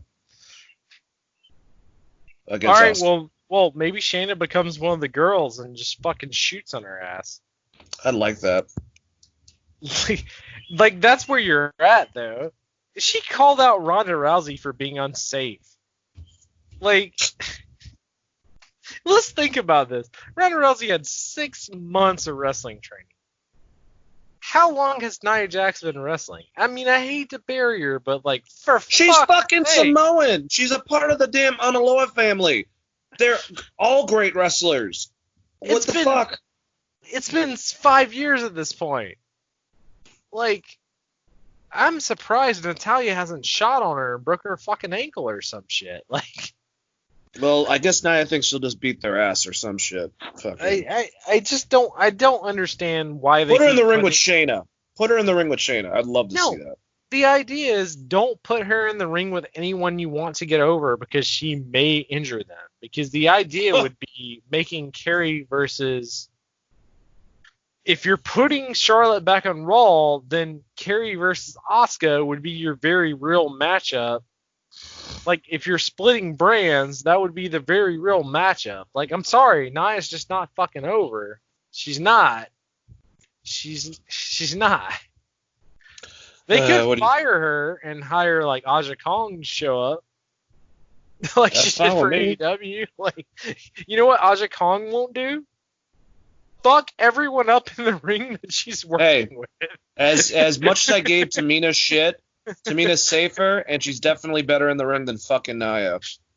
Sorry. Aja Kong's like twice. I don't want to say twice. That's kind of mean. She's 1.5 quarter the size of Nia, and she has 0 problems on wrestling. So it's not that fucking hard. Just don't. She picks up, and it's anyone of that weight class, anyone that's 120, like Alexa Bliss, Kairi Sane. We've seen it. Her best friend. She's injured her best friend. The same person she complained to Ronda for injuring. Fucking joke. You know who's good? Jessica Havoc. Jessica Havoc has had matches with way smaller girls in Impact, and I've seen her put them down like they were a fucking pillow. Like, I just don't get it. Awesome Kong. She had matches with Velvet Sky. Never once heard her. Yeah, and seriously. Velvet Sky is not very good in the ring. Sorry, Bubba Ray Dudley. Hey, Bubba or Bully, it has nothing to do with me. It's Chris who said that. Just pay attention to that one. I don't want to get yelled at. I'm just saying, like, where's Mickey James? Where are the veterans here? Outside of Charlotte They're Flair, too old. But there needs to be someone there that accounts her for these injuries because they're stacking. It's not that like would be this. That should be Natalya. She's supposed to be the locker room leader for the girls, so go fucking say something to her. Then she needs to twist her into a fucking pretzel. Because Undertaker wouldn't let that shit go. So R-Truth and Rob Gronkowski both cut promos. R-Truth still thinks that Gronk is Tom Brady. Tom Brady. and Gronk called him our lies. Funny shit. I'm all right with it. Ric Flair believes that Orton will defeat Edge. for their match, and Liv Morgan still doesn't know who she is.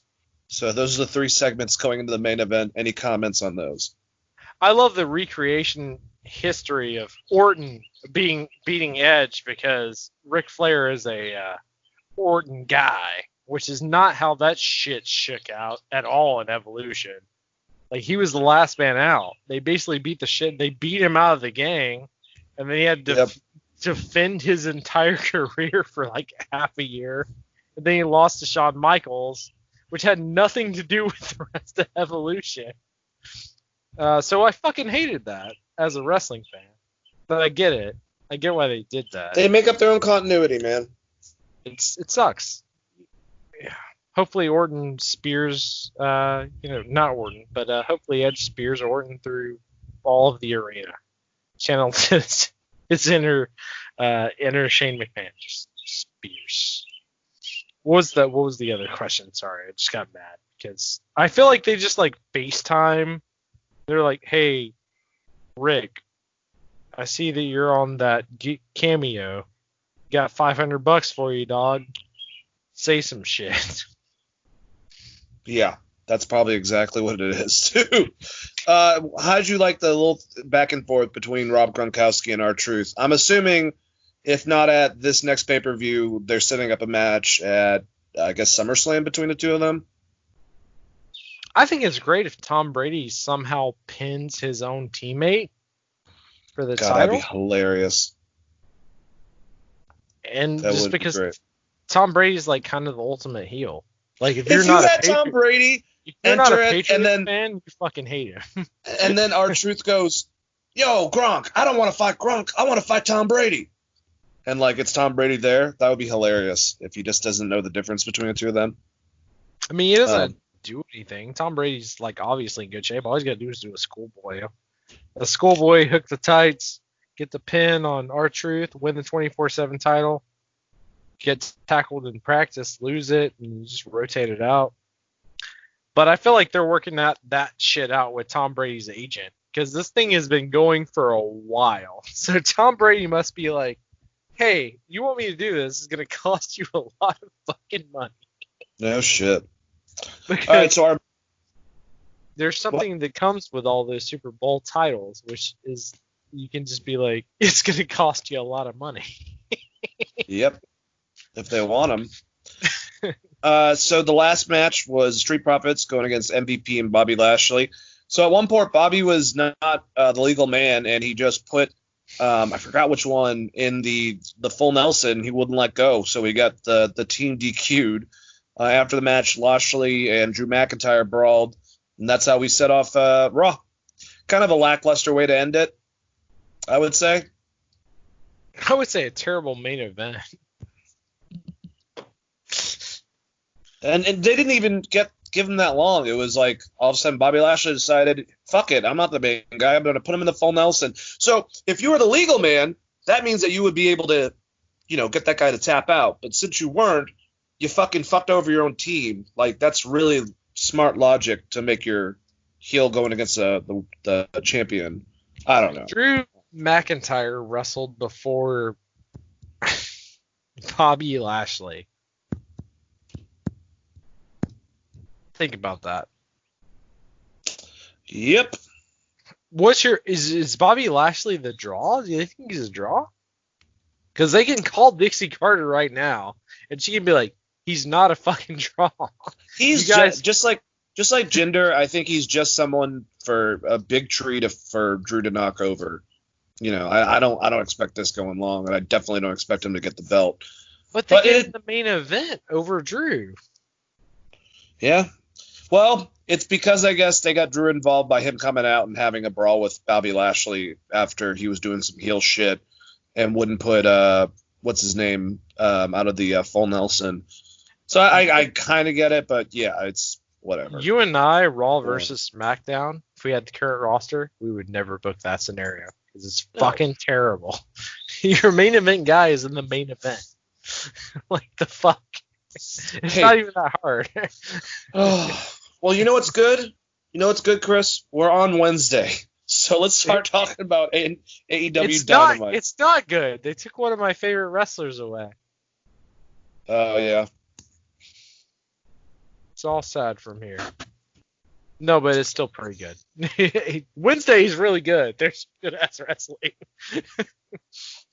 Oh, Lord. All right, so the show opened with the Inner Circle surrounded by boxes of Inner Circle Stadium Stampede Champion t-shirts that they had printed before the match.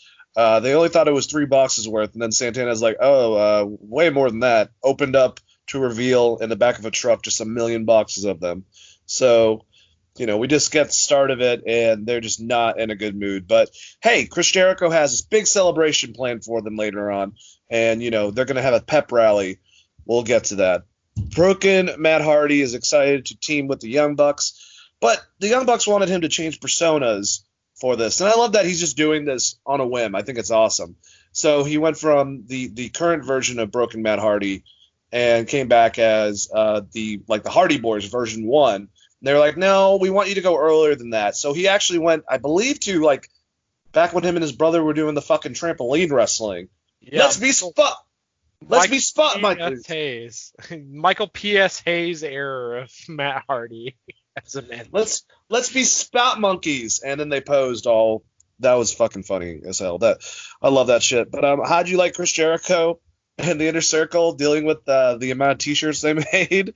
And how'd you like Matt Hardy going to that version to go and team with the Young Bucks? God, was it Santana that got his bell rung? No, Ortiz did.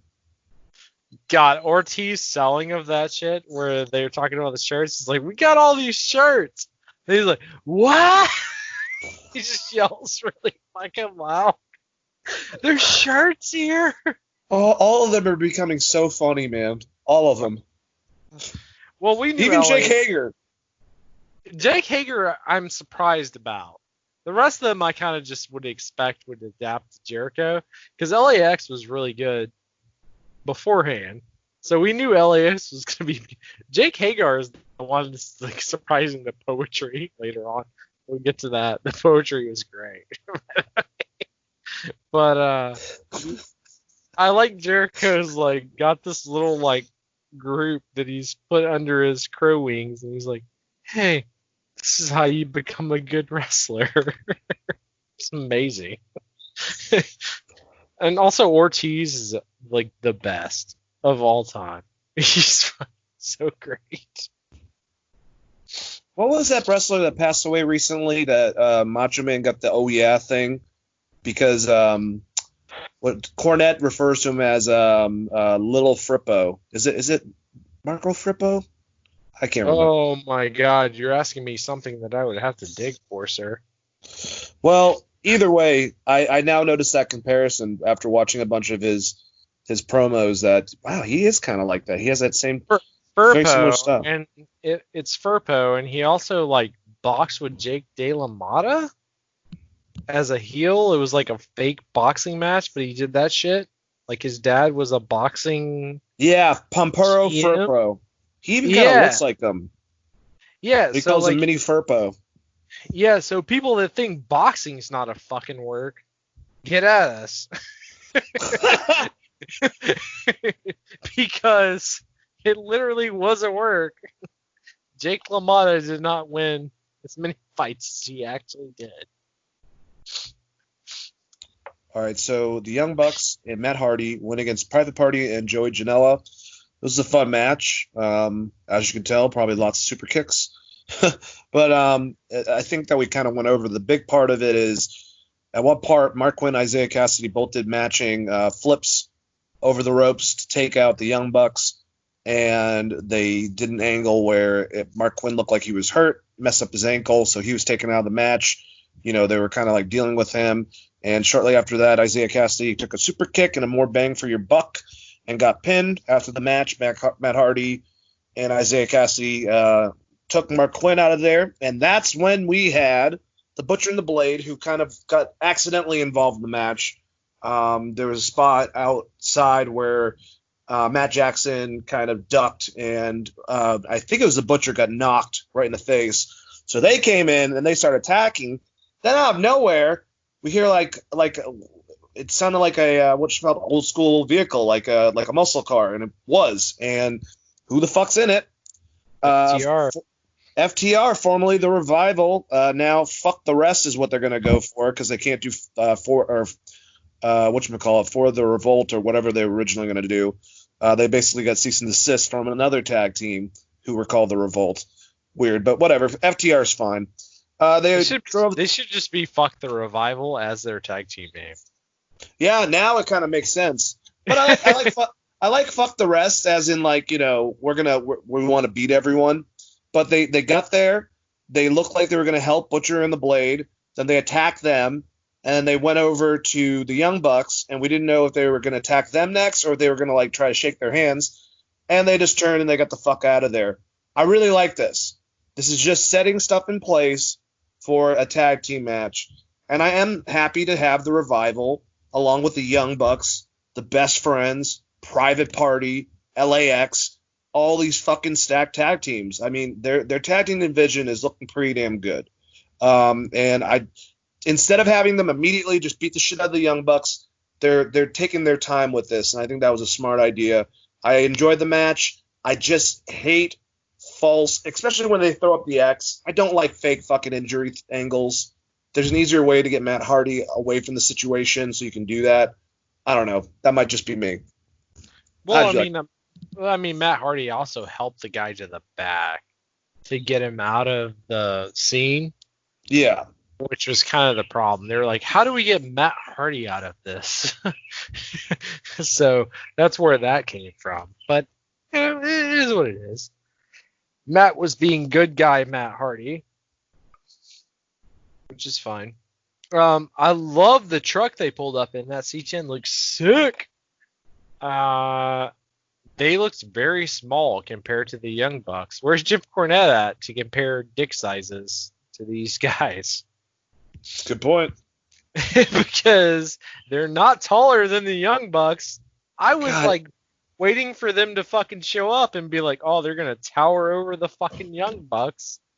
Just because of WWE, and they didn't. The Young Bucks are like, no, we're taller than you. Like, maybe they're wearing lifts or something. I have no fucking idea with the Young Bucks, but still, if you watch that when they first face each other, the Young Bucks got like 2 inches on them. I thought the whole thing was that the Young Bucks were little and they only do spots and shit. And the Revival is this hardcore grapple team, which isn't as good as the what's the bro team? what's Matt Riddle's team? Oh man, the Broserweights. Yeah, not as good as the Broserweights. It's kind of bullshit.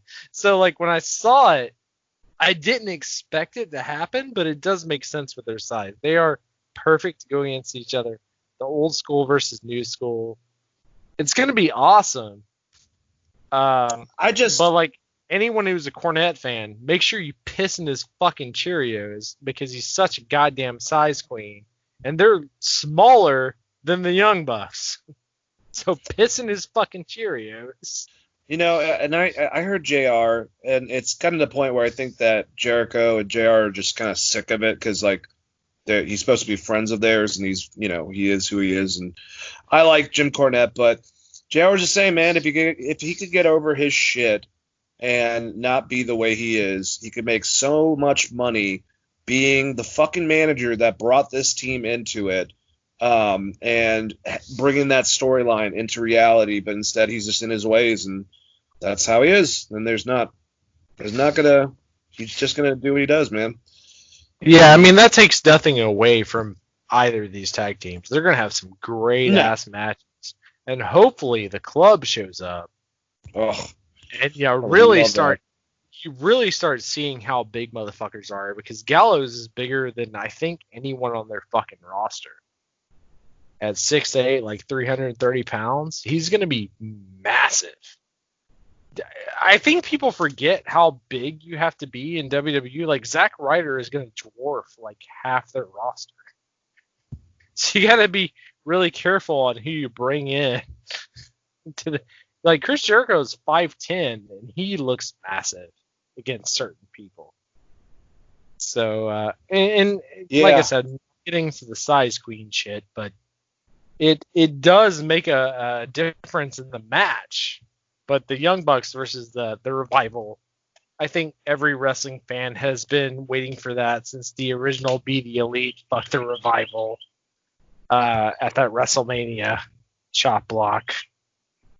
God, And I man. also wonder if they got heat for that because someone did do the Suck It recently on TV, so wonder what the lawsuit like that's going to look like. Hopefully it doesn't, man. Oh God, if I could just, I mean, New Day's not going anywhere, but if I could pluck the Usos, pluck Guerrillas of Destiny, pluck the North from Impact, and pluck the Briscoes, it would be the best fucking tag team division on the planet. I don't know. Either way, let's move on. We had Jon Moxley join the commentary team and explain that he was there to watch Brian Cage in action.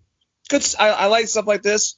You know, they rarely do it, especially on WWE, where it makes sense for the champion to want to, the first time, not wait later on after they've brawled a bunch of times to come and talk shit about them on commentary, but to be in a sports way watching the person that they're going to go against to get notes. And Brian Cage went against Lee Johnson, and Cage threw Johnson around like a rag doll. I love all of his spots, man. His enziguri is amazing that he does in the corner. He's such a big dude, and he's able to move like it's nothing. It is nuts. And he put him in the drill claw. Every time I see a drill claw, I think of Scott Steiner's screwdriver. Just a fucking, it looks like a vicious pile driver. Very, very little room for error. And afterwards, Taz cut a promo. I mean, you did drop that guy on his fucking neck, though. Did he not catch him? Ugh. No, it looks bad. But I've seen that move like a bazillion times beforehand, so I don't know if it was just off sync or whatever, but that shit looked bad, however you dropped that guy. I'm glad that guy's okay. Put it that way. Yeah. Well, afterwards, so Taz cut a promo about how Cage will tear Moxley's heart out of his chest at Fyter Fest. You know, Taz is on fire, man. I don't know how they're going to transition him back into commentary because he's definitely become much more amped as a heel manager, but maybe not so necessarily heel. I don't know if we're supposed to perceive Taz and Cage yet as heel or if they're just domineering and they don't steer one way or the other. But I thought Taz was awesome on the mic. Brian Cage looked like a monster. Moxley looked shook. Good stuff. How'd you like this, Chris? I liked it a lot because there isn't a lean towards whether they're babyface or not, because that makes you make the decision on who you like more. And in my opinion, I like Brian Cage and Taz more because I'm a huge Taz mark, right? I want to see sick release German suplexes. I did love the announce team. I think it was Tony Schiavone. He's like, well, he's in there with the suplex machine. He mentioned it when he hit a German release. It's going to be very, very, very odd. But I don't think it's bad. I don't think you're necessarily supposed to like Moxley. Moxley's kind of your in-between, and that's why I was a little bit off on him being champion. At least with Jericho, you knew, like, Jericho's the top guy. To me, Moxley hasn't really ascended past where Jericho is. Brian Cage could possibly do that, especially with Taz being his manager, as being in this dominant elite force until he just turns on Taz. Yeah, I agree. Would you be opposed? And you know, we don't know what Cobb's doing exactly, but if Jeff Cobb does get involved with AEW, could Taz take in two people under his wing, or do you want to see him just specifically with Brian Cage? Or maybe even a Cain Velasquez, like you suggested. Cain Velasquez, I'm okay with. Jeff Cobb, I think he missed his spot. I don't know how you bring him back in because he was supposed to be part of the inner circle. So how do you really introduce that guy back in if you have a dominant monster like Brian Cage, and you also have like Brody Lee out there who's a dominant monster? You run into this problem. You can't have too many of the same big guy because they eventually have to clash against each other. So I think Cobb might just actually be fucked and should look For at now. like Impact or Ring of Honor or New Japan, which I think he was doing anyways. There's something he didn't like because he never showed up again after that first appearance. So Yeah, we'll have to investigate. I forgot exactly what it was, but you're absolutely right. I threw this by you. You know, I know that especially when things get back up and running completely, he does so much stuff with MLW and is one of the head bookers in AAA.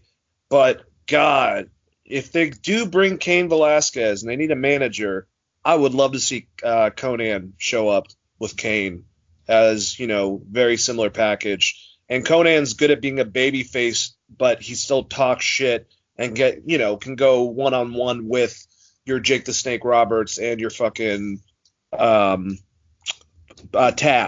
You know what I'm saying? I mean, I think the perfect heel turn is to bring in someone like Cain Velasquez and just resurrect LAX. Yeah. So they turn against their group, but Kane's the enforcer, and then you can have Kane versus Jake Hagar, Kane versus like any of the Conan big with guys, a slapjack, smacking around people and shit. and then you still get Santino and Ortiz. Because they were so good with Right. Conan, and I love them with Jericho, but Conan, Santino, and Ortiz were fucking perfect together to me. Also, shout out to Hernandez, who was part of the original LAX. Yep. You were really great as Still well, an bud.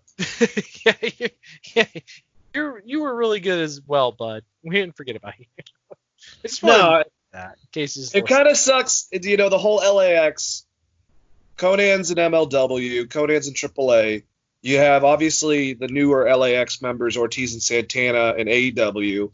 You have what's his name, Homicide and I can't remember, Eddie, both in NWA and holding it up by himself over at Impact still, who just had a match, is whatchamacallit, the guy that you just mentioned that I'm blanking for some fucking reason. Hernandez. There you go. Trained by Shawn Michaels. Dude, he's a big ass dude. He's a great wrestler, especially if you go back and watch that early TNA shit. Highly recommend going back and watching like LAX versus some of those time like God, I'm trying to think of a tag team. Aces and Eights and who else they face? A bunch of bullshit. Bunch of people that weren't that good. James Storm and whoever his tag team partner was at the time. Go check that shit out. It's good. It's really good. Yep. All right. So Britt Baker, with the help of photos, a chalkboard, red string, and what is she calling Rebel Reba and Tony Schiavone, claimed that her injury wasn't an accident but a conspiracy, which all Chris Statlander, Hikaru Shida, and Nyla Rose were all conspirators, and brought it to the attention that Aubrey Edwards was the main person that was the problem in the situation. All of her injuries are getting busted open by Shida. She was a referee. You know, during that other match, she was a referee. She brought up something else, and she was like, she might have been there. You know, just the way that she's just giving Tony so much shit and how they fucking did it. Like, especially with I think that JR thought that Tony wasn't hearing his signal, but I don't think that was it. I think that they worked out like a little gimmick that Tony was he's intimidated of her, and she always kind of beats him, and her smacking him with the thing and telling him to push over just funny as shit. Britt Baker, you are one of the best female heels and just a good heel fucking in general, period. And I can't believe it because you kind of started off as this baby face that didn't really have a lot of personality. You were just a dentist, and now you are injured. Luckily, it's only, a minor tibia injury. She should be good to go, I guess, by August or September. Awesome. But just, I don't know what it was. I mean, it doesn't help that her boyfriend is one of the best heels in the business, Adam Cole, but she's fucking great, man. And this whole segment was hilarious. I liked all of it, man. I was laughing the whole entire time. And just the interaction with Tony, you feel bad for him, you know? He's Mean Gene. He's Mean Gene. I've said this multiple times. He's Mean Gene without the attitude, though. He's more of I'm gonna go piss in the corner sort of Mean Gene. Yeah, he's more of a. Because remember, Mean Gene was like, "Put that cigarette out," you know. Yeah. He's he's a submissive Mean Gene, but he does his job of getting people the fuck over when he has an interview with them. It's great. Even if you go back to, like, if you want a babyface promo example, him and Cody Rhodes in that limo to that first event where he's doing the interview with Cody. Like, he's fucking great at that role.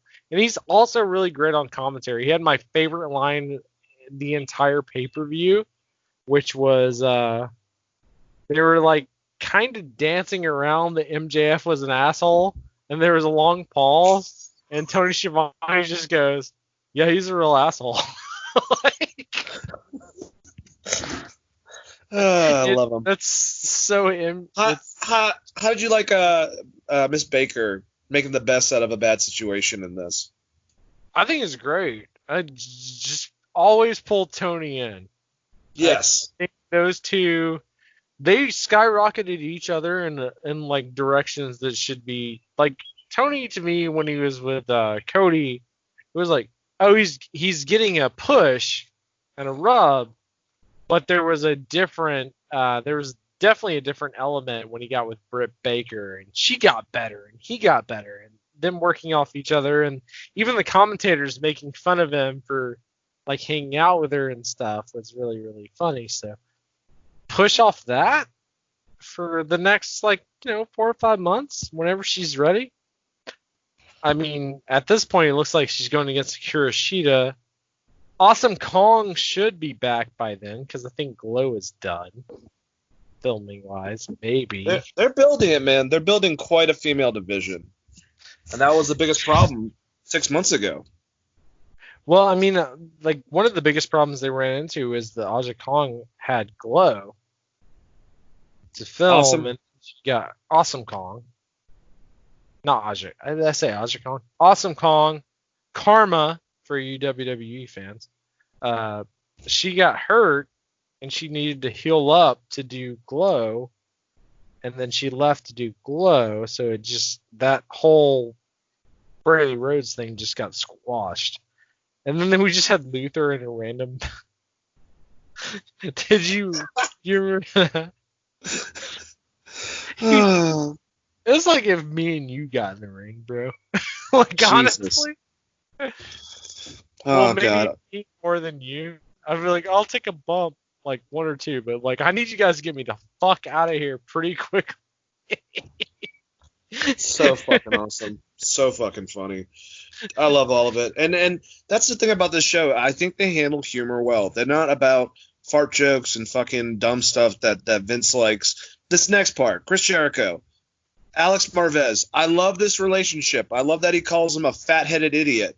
Like, fucking Jericho. It's like you have that Michael Cole or Coachman Rock type of thing, and they should keep on doing it, where Jericho is always belittling this guy.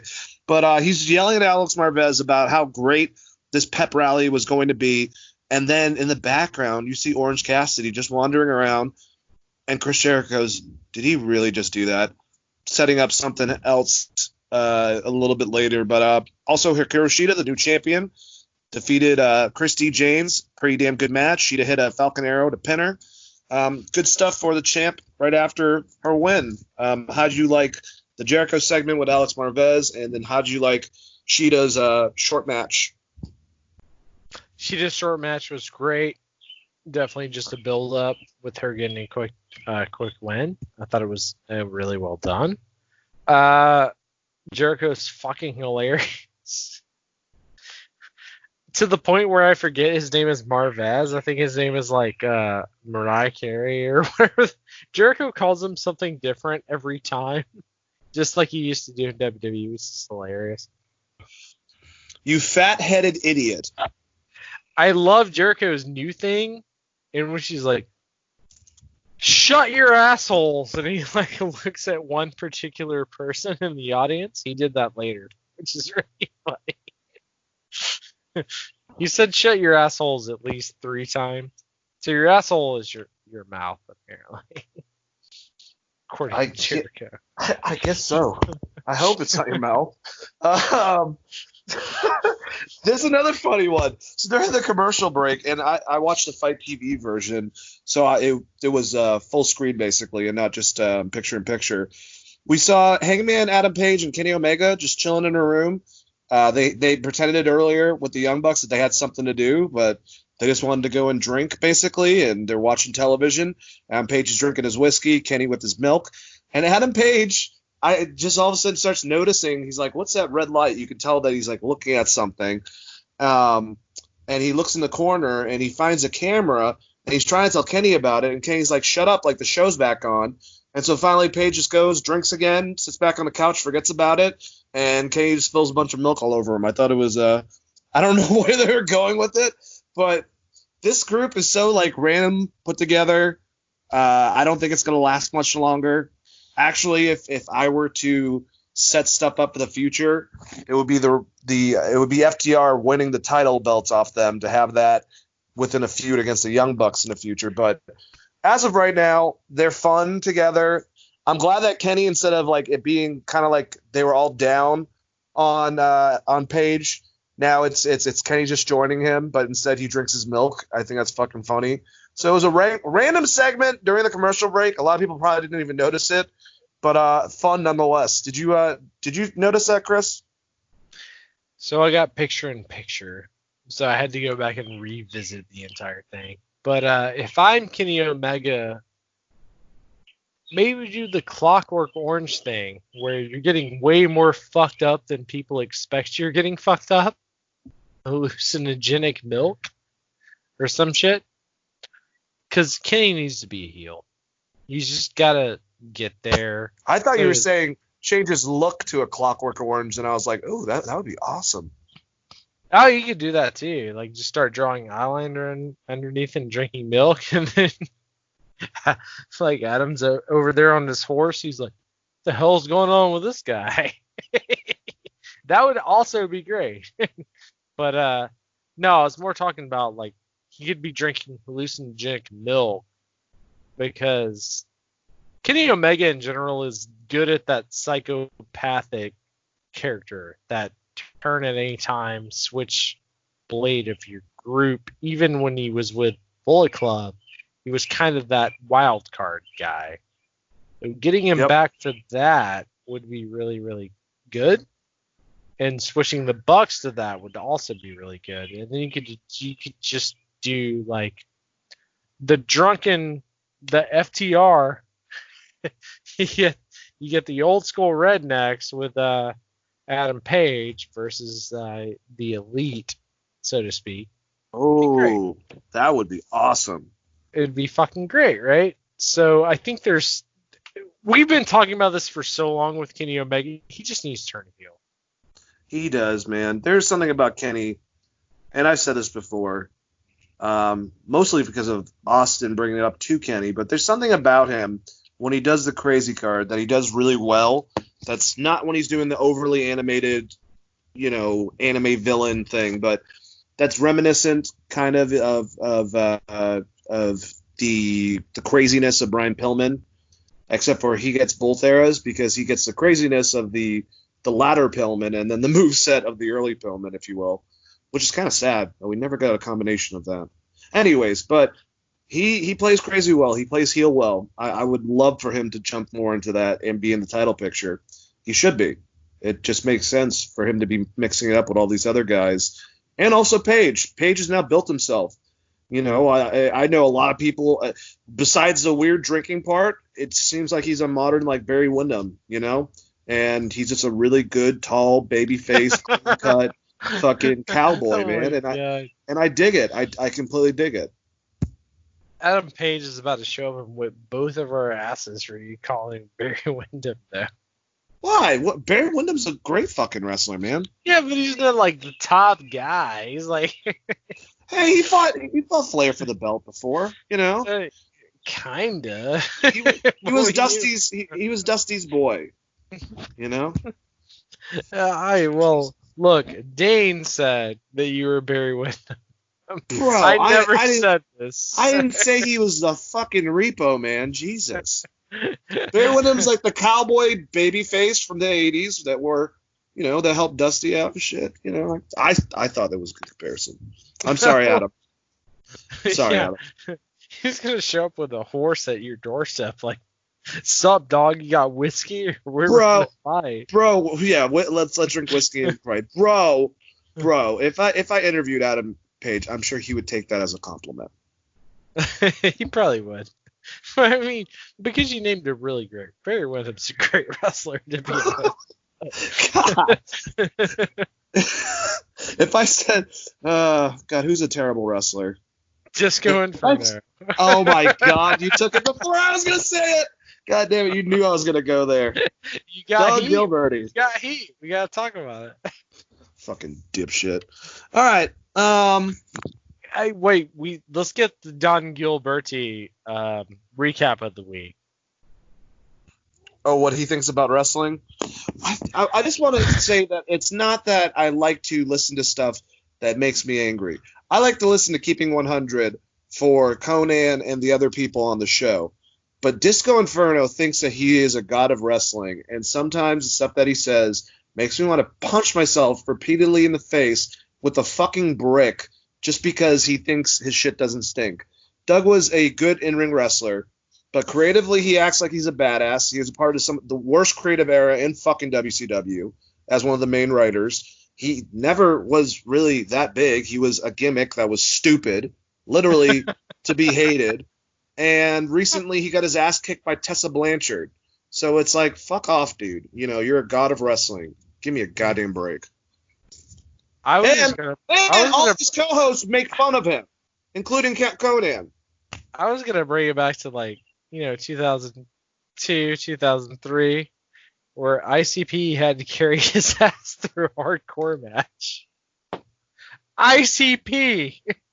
Well, that's not real wrestling because Disco Inferno apparently is a souffant like fucking whatchamacallit, Jim Cornette. No, man, you're not. I'm sorry. Yeah, well, he worked 7 matches for ICP. What is this font? Void. Known for getting the TV title past the prime of the TV title back when Anderson or Arn Anderson had it and shit. Fuck off, you suck, and Disco sucks too. That's he got into the X division. He's like, these motherfuckers are way better than me. This guy named Kid Cash, he's really good. Jesus Christ. Kazarian? Fuck off. More than Disco. Let's just put it that way. Well, you said he's a bad boy. Oh, not Joey Janela. I meant Joey Ryan. And he's also a bad boy. No, it still checks out. Actually, when he's doing an Impact, it's hilarious because he's now reformed and he's like a Ned Flanders-like character, and it's actually pretty fucking good. I gotta give credit to Joey Ryan for doing some different stuff with his character. But anyways, it's not about Joey Ryan. This is about AEW. Cody Rhodes came out, got a promo about his plans to do the open challenge for the TNT Championship every week. And even JR goes, hey, man, I know that Cody likes to likes to do this type of stuff, loves to wrestle, but every week? But, hey, man, we're going to find out with that. I like that his concept. He was, talking about how, this shouldn't have been me. This is not, this wasn't supposed to happen. This wasn't in the cards. Between me and Dustin got all the Dusty. I had to really figure stuff out. And he's amazing on promos, man.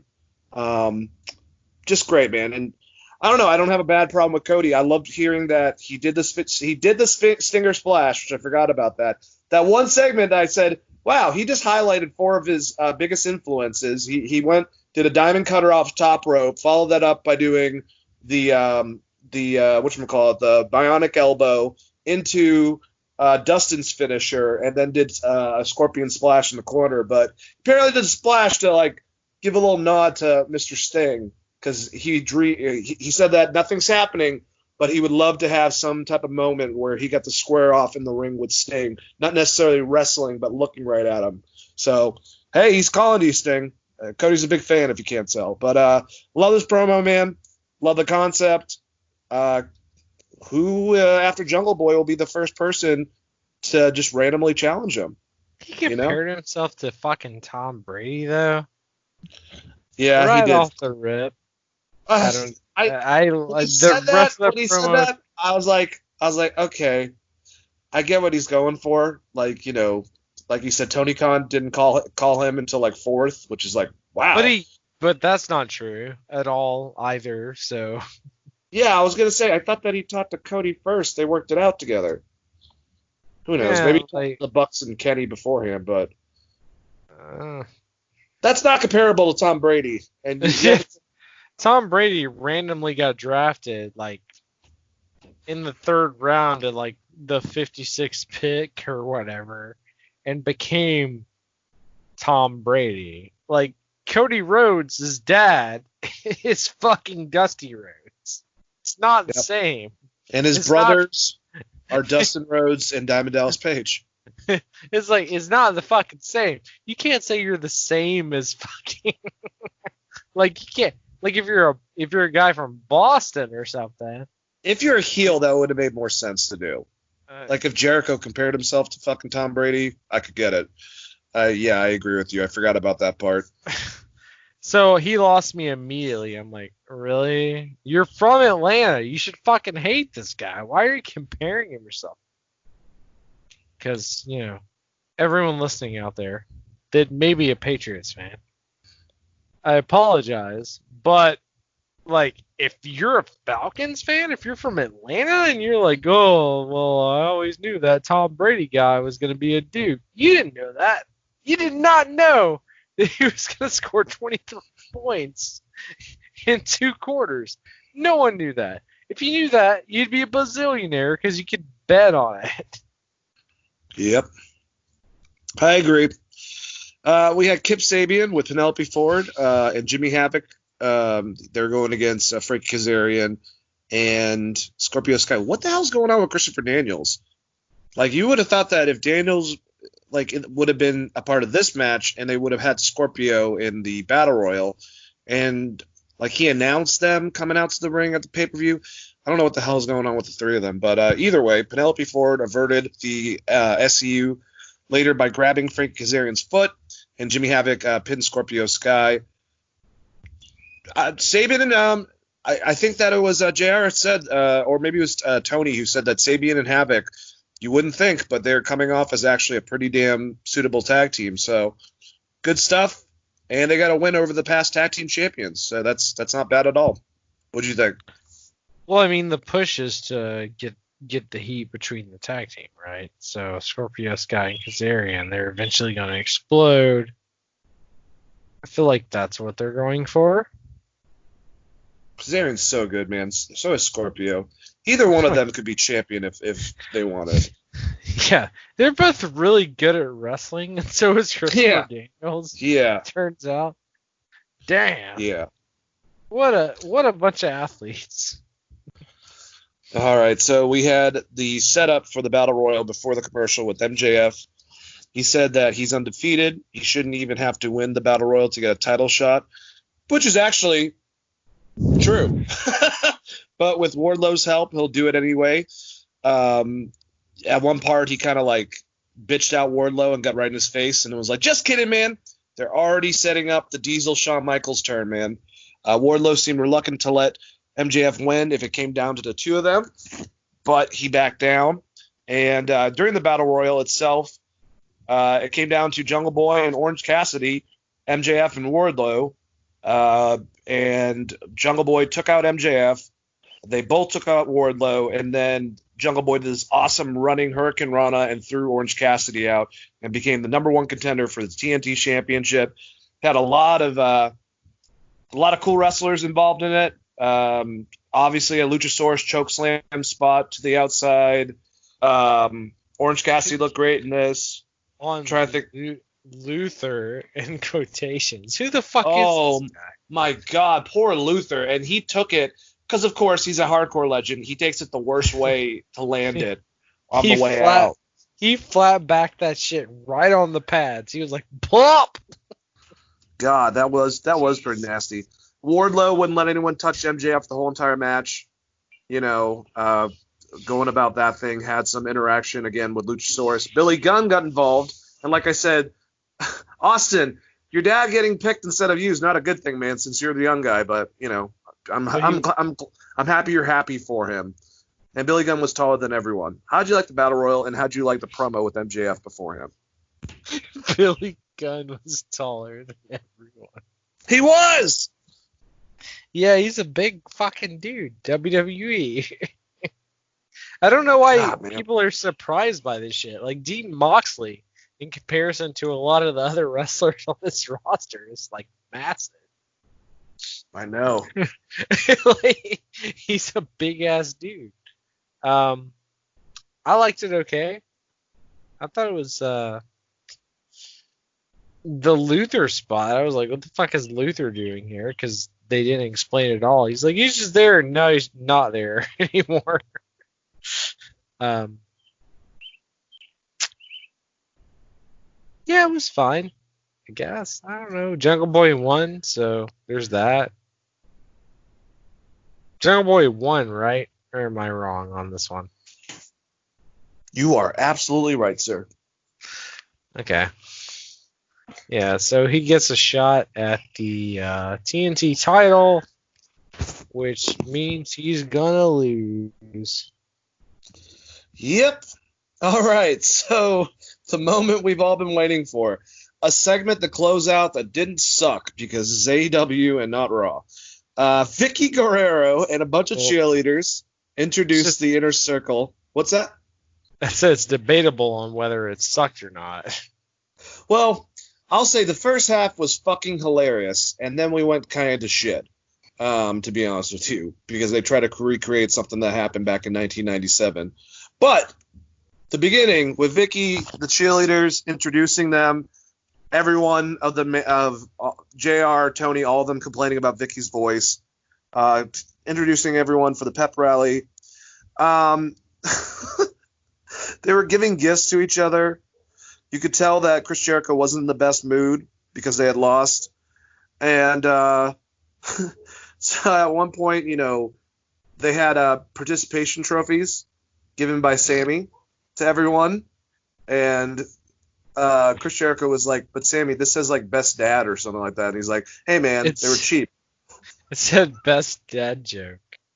Best dad joke. And Jericho's like, okay, all right, that's fine. And then he gave headphones to Ortiz so he could hear again, so that the ringing in his ears wasn't that bad. The funniest, obviously, which out of nowhere you would think is Jake Hager, who wrote a poem, and it was a really, really nice poem about how they're still the best and blah, blah, blah, and then ends by doing the Liam Neeson. He basically was, I'm going to find you, and I'm going to kill you. I have a certain set of skills, and I will find you. I will find where you sleep, and I will do things that will make the crowd cry or whatever. And then like Jericho and Sammy are like, whoa, chill out, relax. Like, oh, okay, sorry about that, guys. I'm cracking up this whole entire time. And then Sammy goes, Chris, what do you want? And he said he wanted, Mike Tyson's stupid fat head on a platter, that he doesn't forget Raw from however many years ago where he got punched in the face by Tyson who went back to DX 10 years ago from an angle originally from 1997. And then we had Tyson come out and try to get involved. Whoever this fucking Gooch guy is with the face paint, get the fuck out of here. First of all, the face paint, you look ridiculous. Why the hell is Vito Belfort and Rashad Evans standing behind you off camera and you're trying to like soak that shit in? But it was cool seeing Cejudo and Belfort and Rashad all backing him up. But you think if they had that, it could have looked so much better if they just lined them up, everyone looking at each other, and then a fucking brawl broke out. But it looked like a sloppy version of the 1997 situation with Stone Cold and Tyson, and Mike couldn't rip the shirt off his body because it was a much different material than the one that he, like a Gildan shirt. I work at a t-shirt printing company, so I would know this. And that one is definitely tougher to do if you don't gimmick the bottom of it. So that was awkward. And I love it when Mike Tyson grabbed the microphone when Chris Jericho was like, blah, blah, blah, talking shit. He's like, because you're a cheat, because you stole the title. And it's like, what the fuck are you talking about, Mike? But apparently we're going to get Mike Tyson and Chris Jericho in some wacky situation. Positive, it was on all the sports platforms, but negative, it was a sloppy mess. But I like the beginning of it. Chris, overall, the whole promo, before Tyson and post Tyson. Before Tyson. Funny as fuck. After Tyson. Tragic as fuck. This is the best way. This is the best way I could put it. It was very bad. It didn't make Tyson look strong. Why does Tyson have to talk? Just knock motherfuckers out. That's what people want. He should just hit everybody with a right hook, left hook, blah, blah, blah, blah, and left Jericho and grabbed his ass up. But if the idea is, it seems like, especially with like some of the people he had, is he's going to move into MMA. Well, good luck against Conor McGregor, if that's what you're going for, which I feel like that's what he's going for.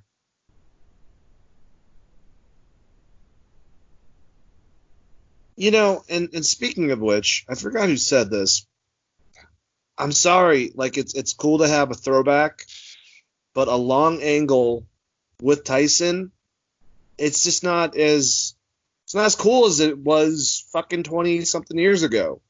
If you're gonna have anyone in the fighting world that would actually, Tyson's gonna pop ratings. They'll get people to cover it on different platforms. I'm not saying that Mike Tyson's fucking Mike Tyson, but someone that's actually gonna make it. Like, imagine if that was McGregor squaring off against Jericho with the same group of guys set up a very similar way. That's going to pop stuff because that's relevant to now. At least that's how I feel. I mean, what I think Jericho thinks is relevant is, like, let's push this guy and see if he actually fights McGregor. And I think Mike Tyson would still knock him out. I honestly do. Tyson Fury wants to fight Tyson. So they're going to call it the Tyson Fury fight? Tyson Fury needs to get a handle on his own fucking title before he tries to fight anybody else. Deontay Wilder got, in quotations, weighed down by all of the gear that he wore to the ring. He's going to get whipped by the Gypsy King. He's not even in the same league as... Yeah. This is a different debate for a different day. But what I'm getting at is, like, the boxing versus shoot style. Mike Tyson could probably just knock out Conor McGregor, even at 45 years old.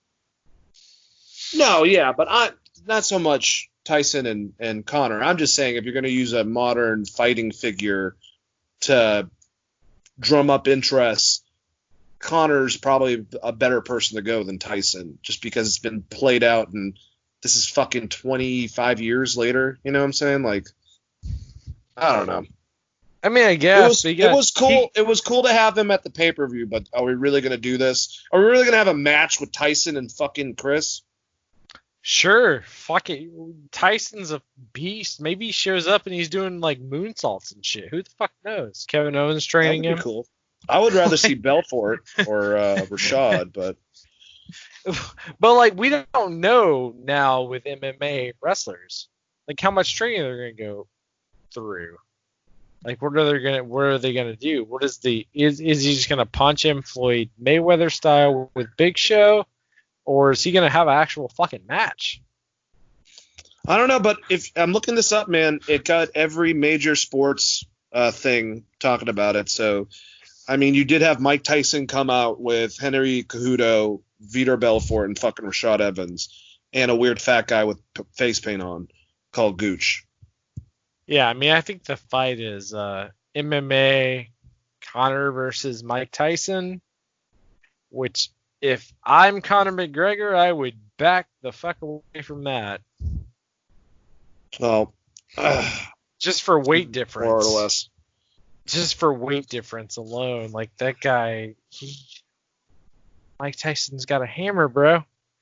Yep. He doesn't own actual fists. Yeah, I would way rather. I don't want to see I want to see Conor pursue his UFC career and try to get that back on track. I don't want to see him get fucking upset by Tyson. That would be terrible. I'd rather see him involved with pro wrestling than trying to go against Tyson in a fucking charity match. That would be stupid. Yes. Like That's not going to make you look good. I'm going to be honest with Tyson Fury. I'm going to be honest with Conor McGregor.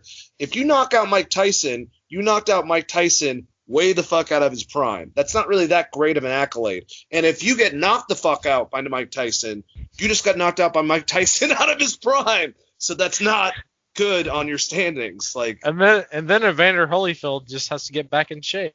He's like, I won't fight him. Shit, son. What's him in the face? Hey, man. We're from Georgia, 1996 Olympics. Evander Holyfield for life, son. I know. I agree. All right, so let's start off NXT. I thought both AEW and NXT were really solid. I had a lot more fun with AEW just because they did a really good follow-up show. And they really did.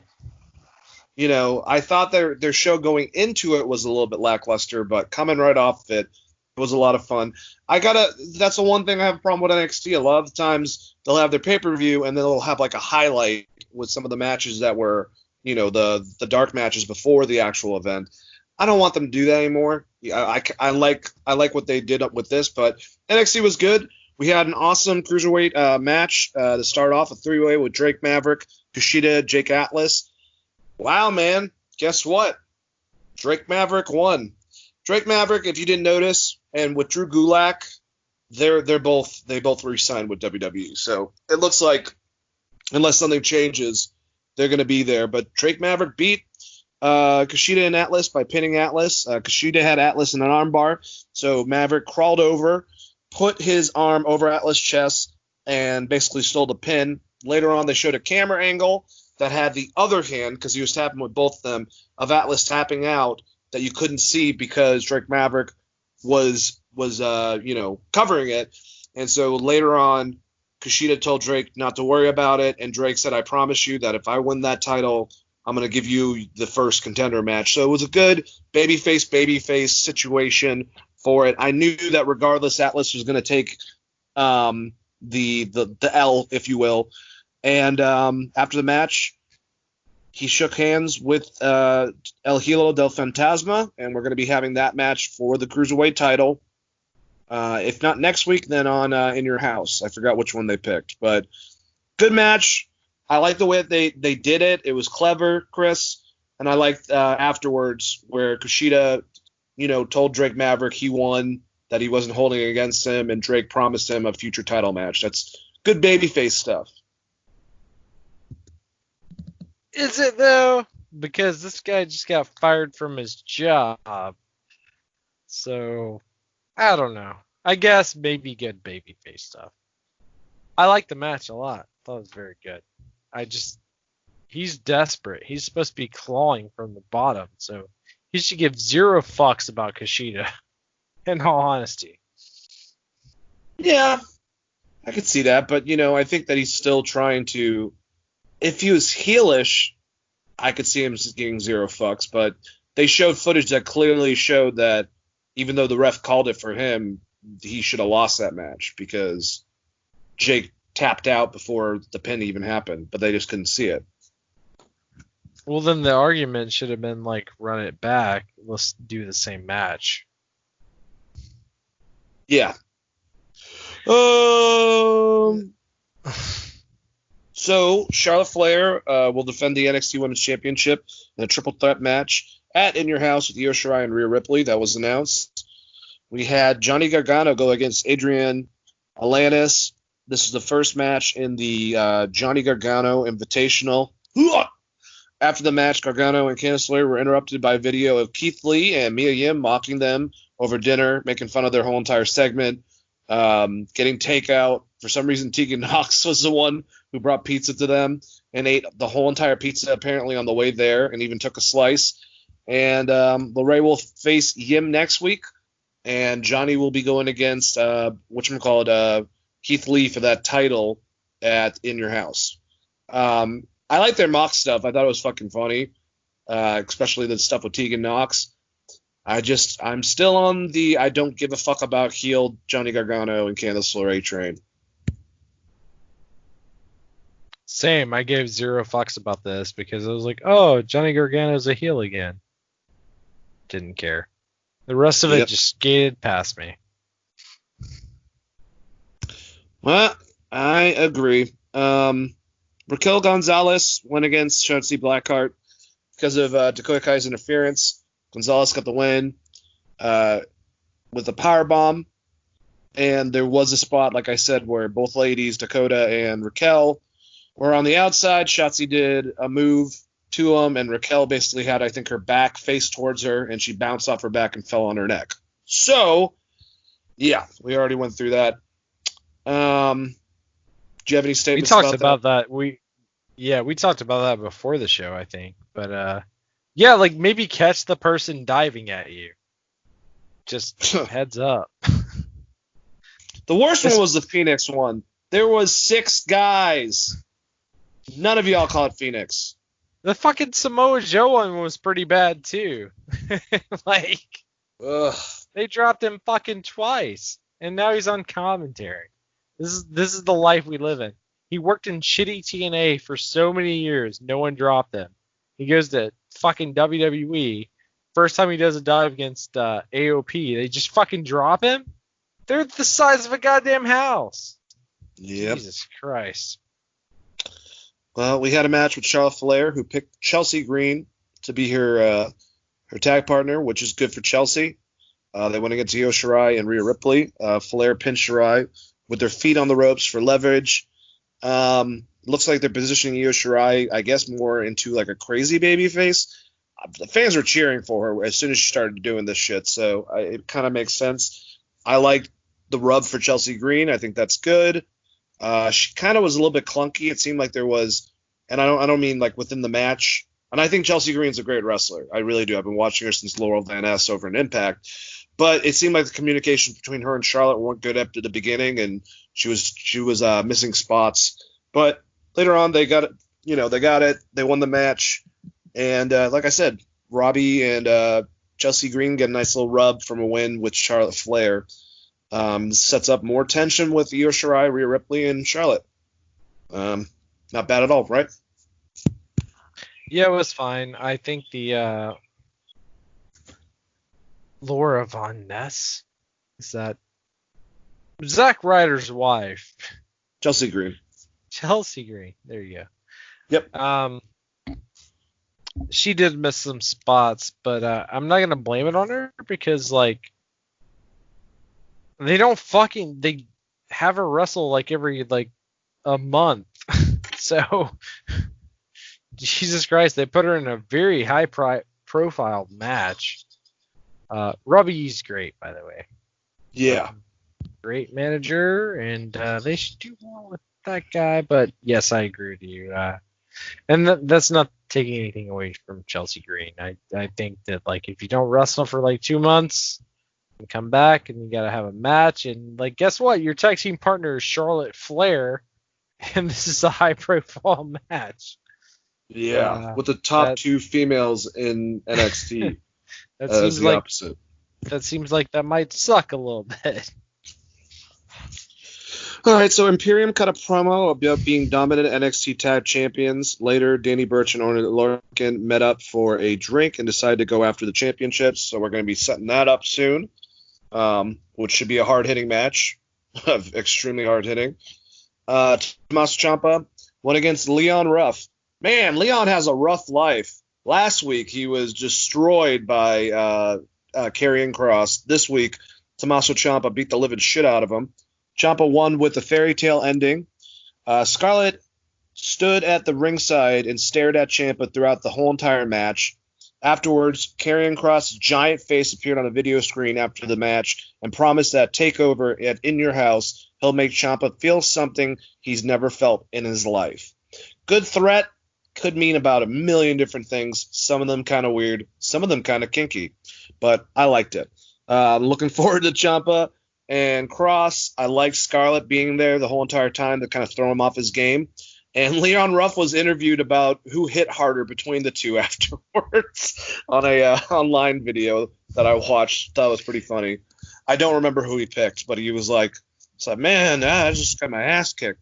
So yeah, he got his ass kicked. How do you like? So my problem is my problem is the booking on this, because if Charlotte Flair is supposed to be your top champion and wins this match, then why the fuck is she not out there just knocking this girl out? Why does she give a single fuck about this mysterious character? This should have been done before Charlotte's match. I'm confused. She's the queen. Yeah, but this was during Tommaso Ciampa's match. No, but the match before was putting Scarlett over very hard as that champion. And then the next thing was Scarlett just kind of dancing around the ring and being an asshole. I feel like maybe someone should have took her out, one of the contenders for the title, or they just do that match before they like switch it. Scarlett was out during Charlotte's match? No, that's not what I'm saying. The next match. Yeah, Tommaso Ciampa going against Leon Ruff. Okay. I missing? I don't know what you're talking about. I'm confused. Was Scarlett not there during that match on commentary? Scarlett was not. Was she? I really don't remember the commentary during Charlotte's match. Was she? Because I could be wrong. No. What was going on during Leon Ruff's match? Run that back again, I guess. You had Ciampa going against Leon Ruff. He destroyed him. The whole entire match, Scarlett was there staring at Tommaso Ciampa, kind of throwing him off a bit. And then he won, though. And then Karrion Kross came up on the screen and threatened Tommaso Ciampa.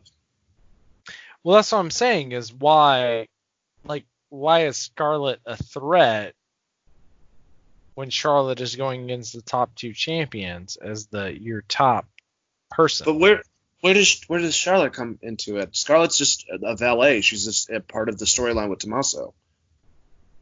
I mean, where it comes into it is you put your champion above a valet. What? I don't understand how they're not. Because they were before and forgotten about there soon after for the Karrion Kross gimmick. I actually don't know. We had the pit match with Timothy Thatcher and Matt Riddle afterwards. Kurt Angle was special referee. Thatcher apparently lost teeth during the match. I still think that's a gimmick concept. It was cool. It was like a redo of, instead of being circular, it was a square version of the Lions Den match with the same type of able to go to the top of it, which if you're trying to recreate MMA, I don't know why you'd want a top part of it, but whatever. Good match. Not as good as their singles match, I think, the week before. The teeth spot was what it was. If that was real, that fucking looked like it was terrible, but he still looked like he had a lot of teeth in his mouth afterwards. And we all know that Timothy Thatcher doesn't have the greatest smile. He defeated Matt Riddle finally with a chokehold, and that's it for Riddle. He's going to SmackDown. Scared for his life. But how'd you like this last match? I don't think Kurt Angle really did too much to add to it. It was kind of like just like a social media news headline, I guess, to get people to watch it, but cool nonetheless. But yeah, I think I liked their match last week, Chris. Oh, let me think about this. So Kurt Angle basically did nothing to enhance the match, and he was just there? He pulled him off one time, but that was it. That was pretty much it. And that was that was when Matt Riddle went and did that kick spot off the cage and apparently knocked out Timothy Thatcher's teeth because he was about to keep on punching on him, and he grabbed him off him real quick. And Matt Riddle now has to go just wrestle Baron Corbin on SmackDown? Yeah. Yeah, no, it was great, dude. Fucking number one with a bullet. the best shit I've ever seen. Are you kidding me? It was way better than like Austin versus Brett. No, it sucked. I mean, they gave us nothing out of like they built that and they gave us nothing. So it sucked. It's the same thing as AEW. I shit on AEW for that Tyson thing. Don't build such a big thing with such a big person if there's no fucking payoff with said person. It sucked. It was bad. My payoff is like Matt Riddle is just fuck off. You go to SmackDown now? Okay, cool. He doesn't get a title shot. He doesn't get anything. He just lives on SmackDown now. Yep. Cool. Well, one thing that was cool about it, it might be, at least the way they presented it, Chris, last night. Kurt Angle came out and made the announcement for Matt Riddle, and it could be that Kurt Angle's actually managing Matt Riddle. They kind of made it look like that. That's not cool, though.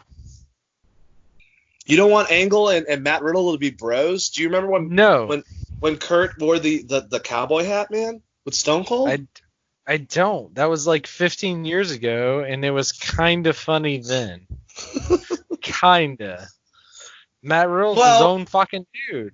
Yeah, he doesn't really need anyone.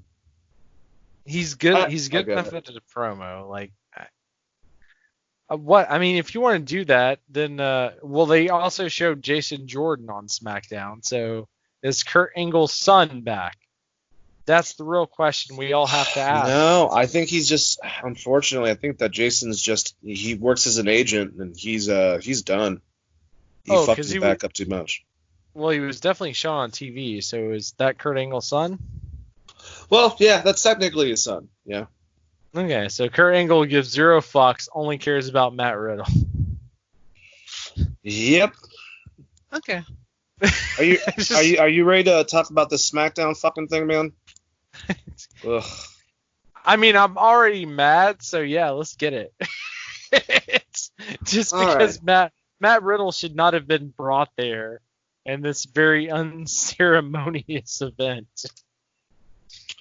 So, if you were keeping track of things, we had AJ going against Elias, and we had Jeff Hardy going against Daniel Bryan. The winners of those two matches would be, whoever gets the IC title goes to the finals, basically.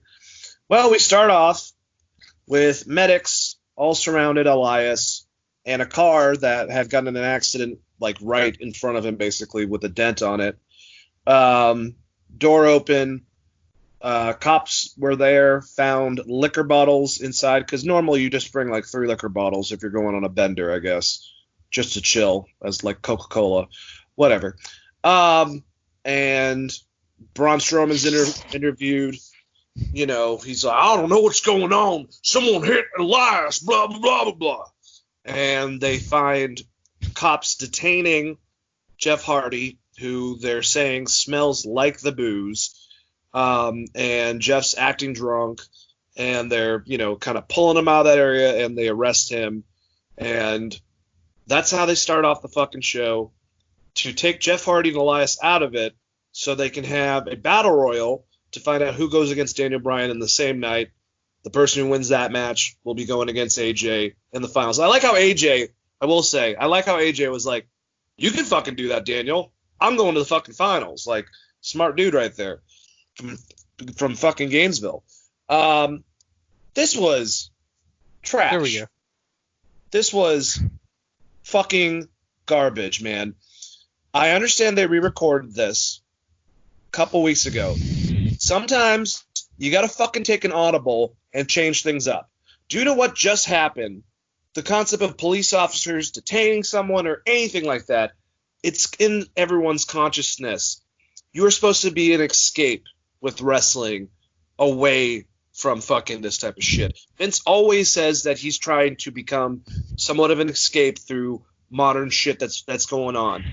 Not only was that out of touch, but you took one of the biggest wrestlers of his generation, one of the most charismatic wrestlers, and fucked him over, went into his whole entire alcoholism, brought that into a fucking storyline, which is probably going to be he actually didn't do it. It doesn't matter. This was so unnecessary. You could have gone on with the tournament. This was despicable. This was fucked up to do to Jeff. I hope this means that he is on his way the fuck out, because I would not want to work for a company that wants to exploit my fucking past problems that I've been dealing with for years after I've provided so much money for the goddamn company in the first place. Fuck you, Vince. Fuck you, Bruce Pritchard. Fuck you, WWE. Oh, damn, I agree with you, Dane. You're just gonna pick on a guy that was just through rehabilitation program. That's great. That seems super cool. Good job, guys. What was the end goal? Who are you getting over? I don't know. So No if you're gonna fucking do this, there's got to be an end goal. The end game can't be like, well, Elias got hit by a car, so now he's over. That's not how fucking wrestling works. You could make Jeff Hardy a super drunken heel. You could do that.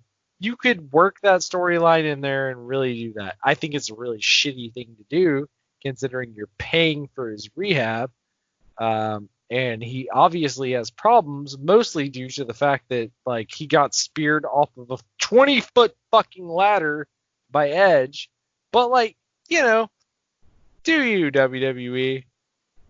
But that's what they came up with, is that Jeff Hardy may have accidentally ran over someone because he was in quotations drunk, but it's not really him, and it's going to end up being Baron Corbin because it's fucking Elias, and no one will give a shit. All they're going to remember is like, remember that time Jeff Hardy got arrested for drunk driving?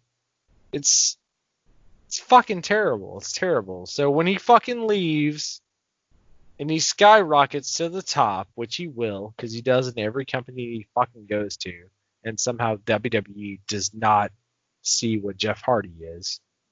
So when he goes to AEW and he shits all over NXT, I hope that he just gives a very big crotch chop as he jumps off something very high. Because Jesus fucking Christ, they tried to fuck this guy over, and he just did him a solid. He was like, yeah, fuck it, I'm a wrestler, I'll just do it. He should have said fucking no to this, 100%, because he's got so much shit because of that Sting match already, where he legitimately had a problem, and now you're just throwing this on top of it. It's very fucking Vince Russo. It's very, like, it's easy. It's easy going for someone's weakness. You want like a hard Jeff Hardy storyline, or something that's like easy to do without bringing up his drug addiction? Talk about the fact his brother is no longer there. His brother abandoned him, and now he's just a fucking like plebeian and a mass of really great wrestlers. That's all you have to do. You have to do this fucking. Anyways, Dane, I fucking hated this. It was all bullshit, and it sucks. Yeah, and I think the main thing is, obviously, I don't want to hear from anyone that just hasn't heard maybe past episodes that I give like a fucking bye to AEW with some of the segments that they did with Adam Page, because I did give him a lot of crap. They've turned that around, though, and kind of made that more a part of his character. He's a cowboy, man. And also, the big fucking difference is he doesn't actually have an existing problem. This did not work out with Hawk in WWE. This did not work out. Shit, he fucking died shortly after that whole entire storyline, so that was really funny. This did not work with Jake Roberts in WWE. This did not work out with Scott Hall in WCW. Currently, Jeff doesn't have all the problems. Now, all those other ones were done while they were still going through addiction, and hopefully Jeff doesn't have those demons. But really, this comes down to what, he wouldn't resign, so you're trying to fucking bury him as much as you can right before? Fuck you. Just completely tasteless and completely bad timing. I agree with you 100%. And, as soon as he gets released, it's his time to bury. Because I'm going Jericho. You get Kenny Omega versus Jeff Hardy, which the world has never seen before. Yep. Maybe you make that a ladder match for a title. Good luck, WWE. Like, good luck keeping up with that main event. I don't know what the fuck they're going to do on NXT. Dude, and you know what? And the thing is, because of this shit, I'm wondering what they're going to do with that Rey Mysterio retirement thing next week. If they're going to bury Rey because he's leaving in fucking October, you know, I don't get it, man. There's a better way to do it, because all you're doing is giving a pissed off wrestler a reason to go to the competition and make them better by giving them a huge star. I mean, they've shown this with Matt Hardy. As soon as Matt Hardy showed up, there's 1 week where they won, and I'll say in quotations. But every other week they've lost in the ratings by just Matt Hardy being there. And that's not including like your DVR views and shit. Like, this company is so blind. Do you think it's a positive thing for one of the wrestlers, former wrestler of your company that left, that you put through rehab and came back, to have a drunken almost killed a guy story angle at this time? It's not the fucking 90s. And also, a lot of the 90s suck. I hate to tell you guys, but a lot of the Attitude Era sucks fucking dick. So. Yeah. We've been going for a while, and me and you kind of both, I barely paid attention to SmackDown. I watched a little bit of highlights. I'm just going to go down the card, and we'll talk about, whatever from it. Sheamus won so let's get with the Royal Rumble. Sheamus won not the Royal Rumble, the Battle Royal. Sheamus won the Battle Royal. It really looked like Shorty G was going to win it at one point. Cesaro came in after he got taken out. Shorty G eliminated Nakamura, and then Cesaro threw him out. So we'll get to that. But Sheamus won. He beat Jey Uso. He'd be going against Daniel Bryan later on that night. Sonya Deville and Lacey Evans had a match. Ended in a double countout. Good match by both ladies. They both beat the living shit out of each other. And I actually thought, Chris, it was kind of smart of them to do the double count. Normally, I think that's stupid.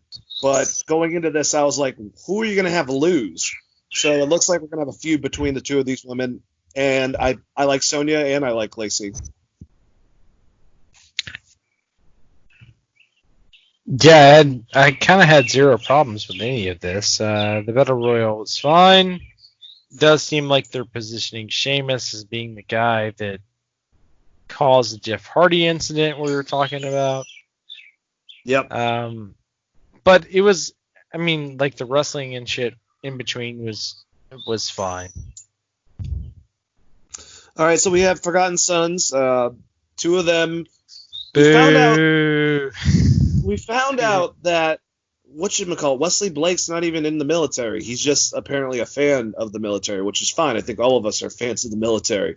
But could you imagine if they did the Sergeant Slaughter style treatment, like not a heel, but like a mean drill instructor with Gunner, and just did that instead of this fucking dumb shit? I don't know. That would probably be cool. New Day, Moment of Bliss. I don't know how that would work, because Randy Orton was supposed to be in the Marine too, and because he was actually dishonorably discharged, the world shit all over it. So maybe just don't do these would be the answer. New Day was on a Moment of Bliss. Tag Team Champion Summit, apparently. Bayley and Sasha came out, argued over who was the better tag team since they were the first, and then basically Bayley kind of just pushed Sasha into a match against her long-time rival, Alexa Bliss. Ladies had a pretty good match, but Alexa kind of nailed her from behind right to start off. Bayley caused a distraction by doing a chicken dance. Yes, I just fucking said that. Saving Banks and allowing her to win the match with a roll-up. Whatever. Let them have the tag team champions too. I don't fucking give a shit. Shorty G defeated Cesaro. Terrible. It's fucking terrible. It's all terrible. Shorey Geese defeated Cesaro with the Sunset Flip. I'm glad to see Chad Gable back on the product. God, they should be doing so much more with him. Mandy Rose and Otis oogled each other and made out by the pool. It was actually a pretty funny video. Kurt Angle, like I said, announced that Matt Riddle will be coming to SmackDown. And Daniel Bryan defeated Sheamus with a knee plus after Jeff Hardy returned and distracted Sheamus. And that was SmackDown. Chris, any last statements about any of that? No, I think it's a very fucked up way to try to get Jeff Hardy over as someone that's already fucking over to have a drinking and driving accident, to put him in a match against Sheamus in which someone who is not as over as Jeff Hardy. So dumb. I dodged a lot of the show, so I apologize to the fans out there, but it was really hard for me to give a shit. When you make fun of someone's actual addiction, things they went through in life, it's really hard to give a fuck. Honestly. That sucks, SmackDown. Get better. Yep. Whatever. And I'm not going to apologize. There was a lot of stuff that me and Chris also were going through. You know, last night Atlanta was on fire, rioting. So a lot of craziness like that. And the beginning of SmackDown turned us both off. So I'm glad to see Chad Gable back. Certain things I'm glad. SmackDown is definitely not on the least of the shows that out of my favorites, even including Raw. And yeah, apologize if we just did a half-ass review of it. We gave you guys plenty of stuff for the other shows, and really, honestly, SmackDown didn't really deserve that much of our attention or your attention from what they fucking set up with. So that's how I feel. But this has been a very aggressive episode of Wrestling Geeks Alliance. Thank you guys as always. Definitely, if you guys want to find Wrestling Geeks Alliance within any platform for your listening pleasures, you can find us on iTunes. You can find us on YouTube. You can find us on Spotify, Stitcher, SoundCloud. If there is an audio way, just search Wrestling Geeks Alliance. You'll find all of our different stuff. And yeah, you can talk to me and Chris. Twitter at DaneAlves42. Facebook, Dane Alves. Just look me up. And Chris, say goodbye to all the beautiful people out there. Thank you guys for listening. Sorry I did not have my normal rambunctious review of SmackDown, but if you want to talk to me about it, you can hit me at Chris R. Patton on Twitter, on Facebook, Christopher.R.Patton. And there, if you're a hockey fan or a sports fan in general, there's a new Skates Throats coming up. It's been a while, but it will be out there probably right after this show. So if you're a hockey fan, definitely check it out. We're talking about 24-team playoff that just got announced. So lots of fun things to talk about. And Dane, as always, thank you for having me on, bud.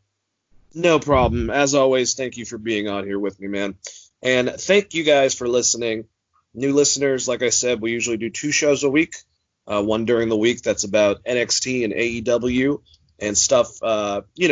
Even we'll have news for Impact and other stuff outside of Raw and SmackDown. We save Raw and SmackDown and the pay-per-views surrounding it for our weekend show.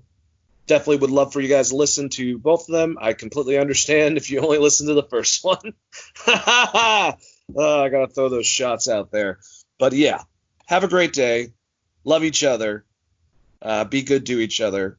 Peace out. And we're going to end this with a special message from Killer Mike of the Dungeon family, AT Alien himself, and what he said last night during the riots. Just be good to each other. I didn't want to come, and I don't want to be here. I'm the son of an Atlanta City police officer. My cousin is an Atlanta City police officer, and my other cousin, East Point police officer. And I got a lot of love and respect for police officers, down to the original 8 police officers in Atlanta that even after becoming police had to dress in a YMCA because white officers didn't want to get dressed with niggers. And here we are 80 years later. I watched a white officer assassinate a black man. And I know that tore your heart out. And I know it's crippling. And I have nothing positive to say in this moment, because I don't want to be here. But I'm responsible to be here because it wasn't just Dr. King and people dressed nicely who marched and protested to progress this city and so many other cities. It was people like my grandmother, people like my aunts and uncles who were members of SCLC and NAACP, and in particular, Reverend James Orange, Mrs. Alice Johnson, and Reverend Love, who we just lost last year. So I'm duty-bound to be here to simply say that it is your duty not to burn your own house down for anger with an enemy. It is your duty to fortify your own house so that you may be a house of refuge in times of organization. And now is the time to plot, plan, strategize, organize, and mobilize. It is time to beat up prosecutors you don't like at the voting booth. It is time to hold mayoral offices accountable, chiefs and deputy chiefs. Atlanta is not perfect, but we're a lot better than we ever were, and we're a lot better than cities are. I'm mad as hell. I woke up wanting to see the world burn down yesterday because I'm tired of seeing black men die. He casually put his knee on a human being's neck for 9 minutes as he died like a zebra in the clutch of a lion's jaw. And we watch it like murder porn over and over again. So that's why children are burning to the ground. They don't know what else to do. And it is the responsibility of us to make this better right now. We don't want to see one officer charged. We want to see 4 officers prosecuted and sentenced. We don't want to see targets burning. We want to see the system that sets up for systemic racism burnt to the ground. And as I sit here in Georgia, home of Stevens, Georgia, former vice president of the Confederacy, white man said that law, fundamental law, stated that whites were naturally the superior race, and the Confederacy was built on a cornerstone. It's called a cornerstone speech. Look it up. The cornerstone speech that blacks would always be subordinate. That officer believed that speech because he killed that man like an animal. In this city, officers have done horrendous things and they have been prosecuted. This city's cut different. In this city, you can find over 50 restaurants owned by black women. I didn't say minority, and I didn't say women of color. So after you burn down your own home, what do you have left but char and ash? CNN? Ted did a great thing. I love CNN, I love Cartoon Network, but I'd like to say to CNN right now, karma's a mother. Stop feeding fear and anger every day. Stop making people feel so fearful. Give them hope.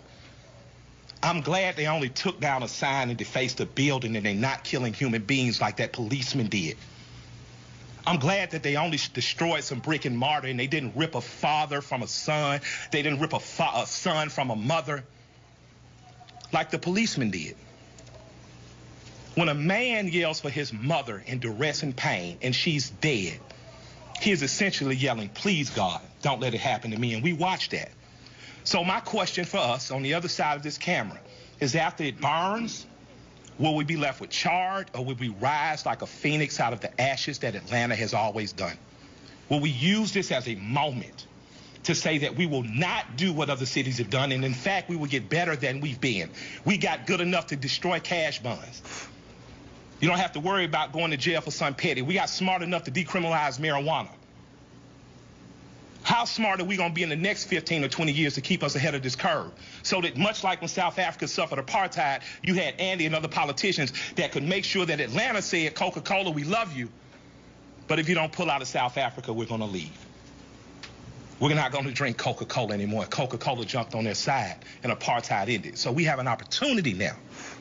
Because I'm mad, I don't have any good advice. But what I can tell you is that if you sit in your homes tonight, instead of burning your home to the ground, you will have time to properly plot, plan, strategize, and organize and mobilize in an effective way. And two of the most effective ways is first taking your butt to the computer and making sure you fill out your census so that people know who you are and where you are. The next thing is making sure you exercise your political bully power and going to local elections and beating up the politicians that you don't like. You got a prosecutor sent your partner to jail and you know it was bullshit, put a new prosecutor in there. Now's your election to do it. You want a different senator that's more progressive, that promotes marijuana through, now is the time to do that. But it is not time to burn down your own home. I love and I respect you. I hate I don't have more to say. I hate I can't fix it in a snap. I hate Atlanta's not perfect for as good as we are. But we have to be better than this moment. We have to be better than burning down our own homes. Because if we lose Atlanta, what else we got? We lose an ability to plot, to plan, to strategize, to organize, and to properly mobilize. I want you to go home. I want you to talk to 10 of your friends. I want you guys to come up with real solutions. I would like for the Atlanta City Police Department to bring back the Community Review Board, one that Alice Johnson was formerly under Chief Turner. We need a review board here ahead of it before an officer does some stupid shit. We need to get ahead of it.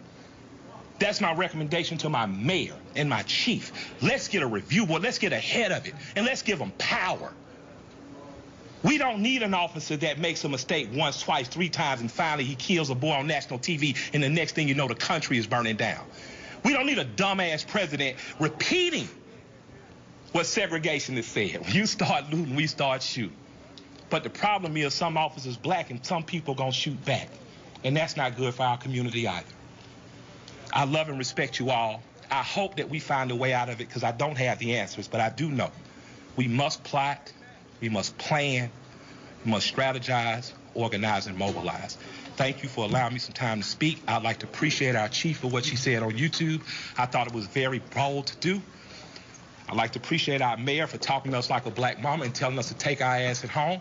And I'd like to thank my friend for convincing me to come here. And I'll defer to Joe Beasley now because he knows a hell of a lot more than we do. Thank y'all.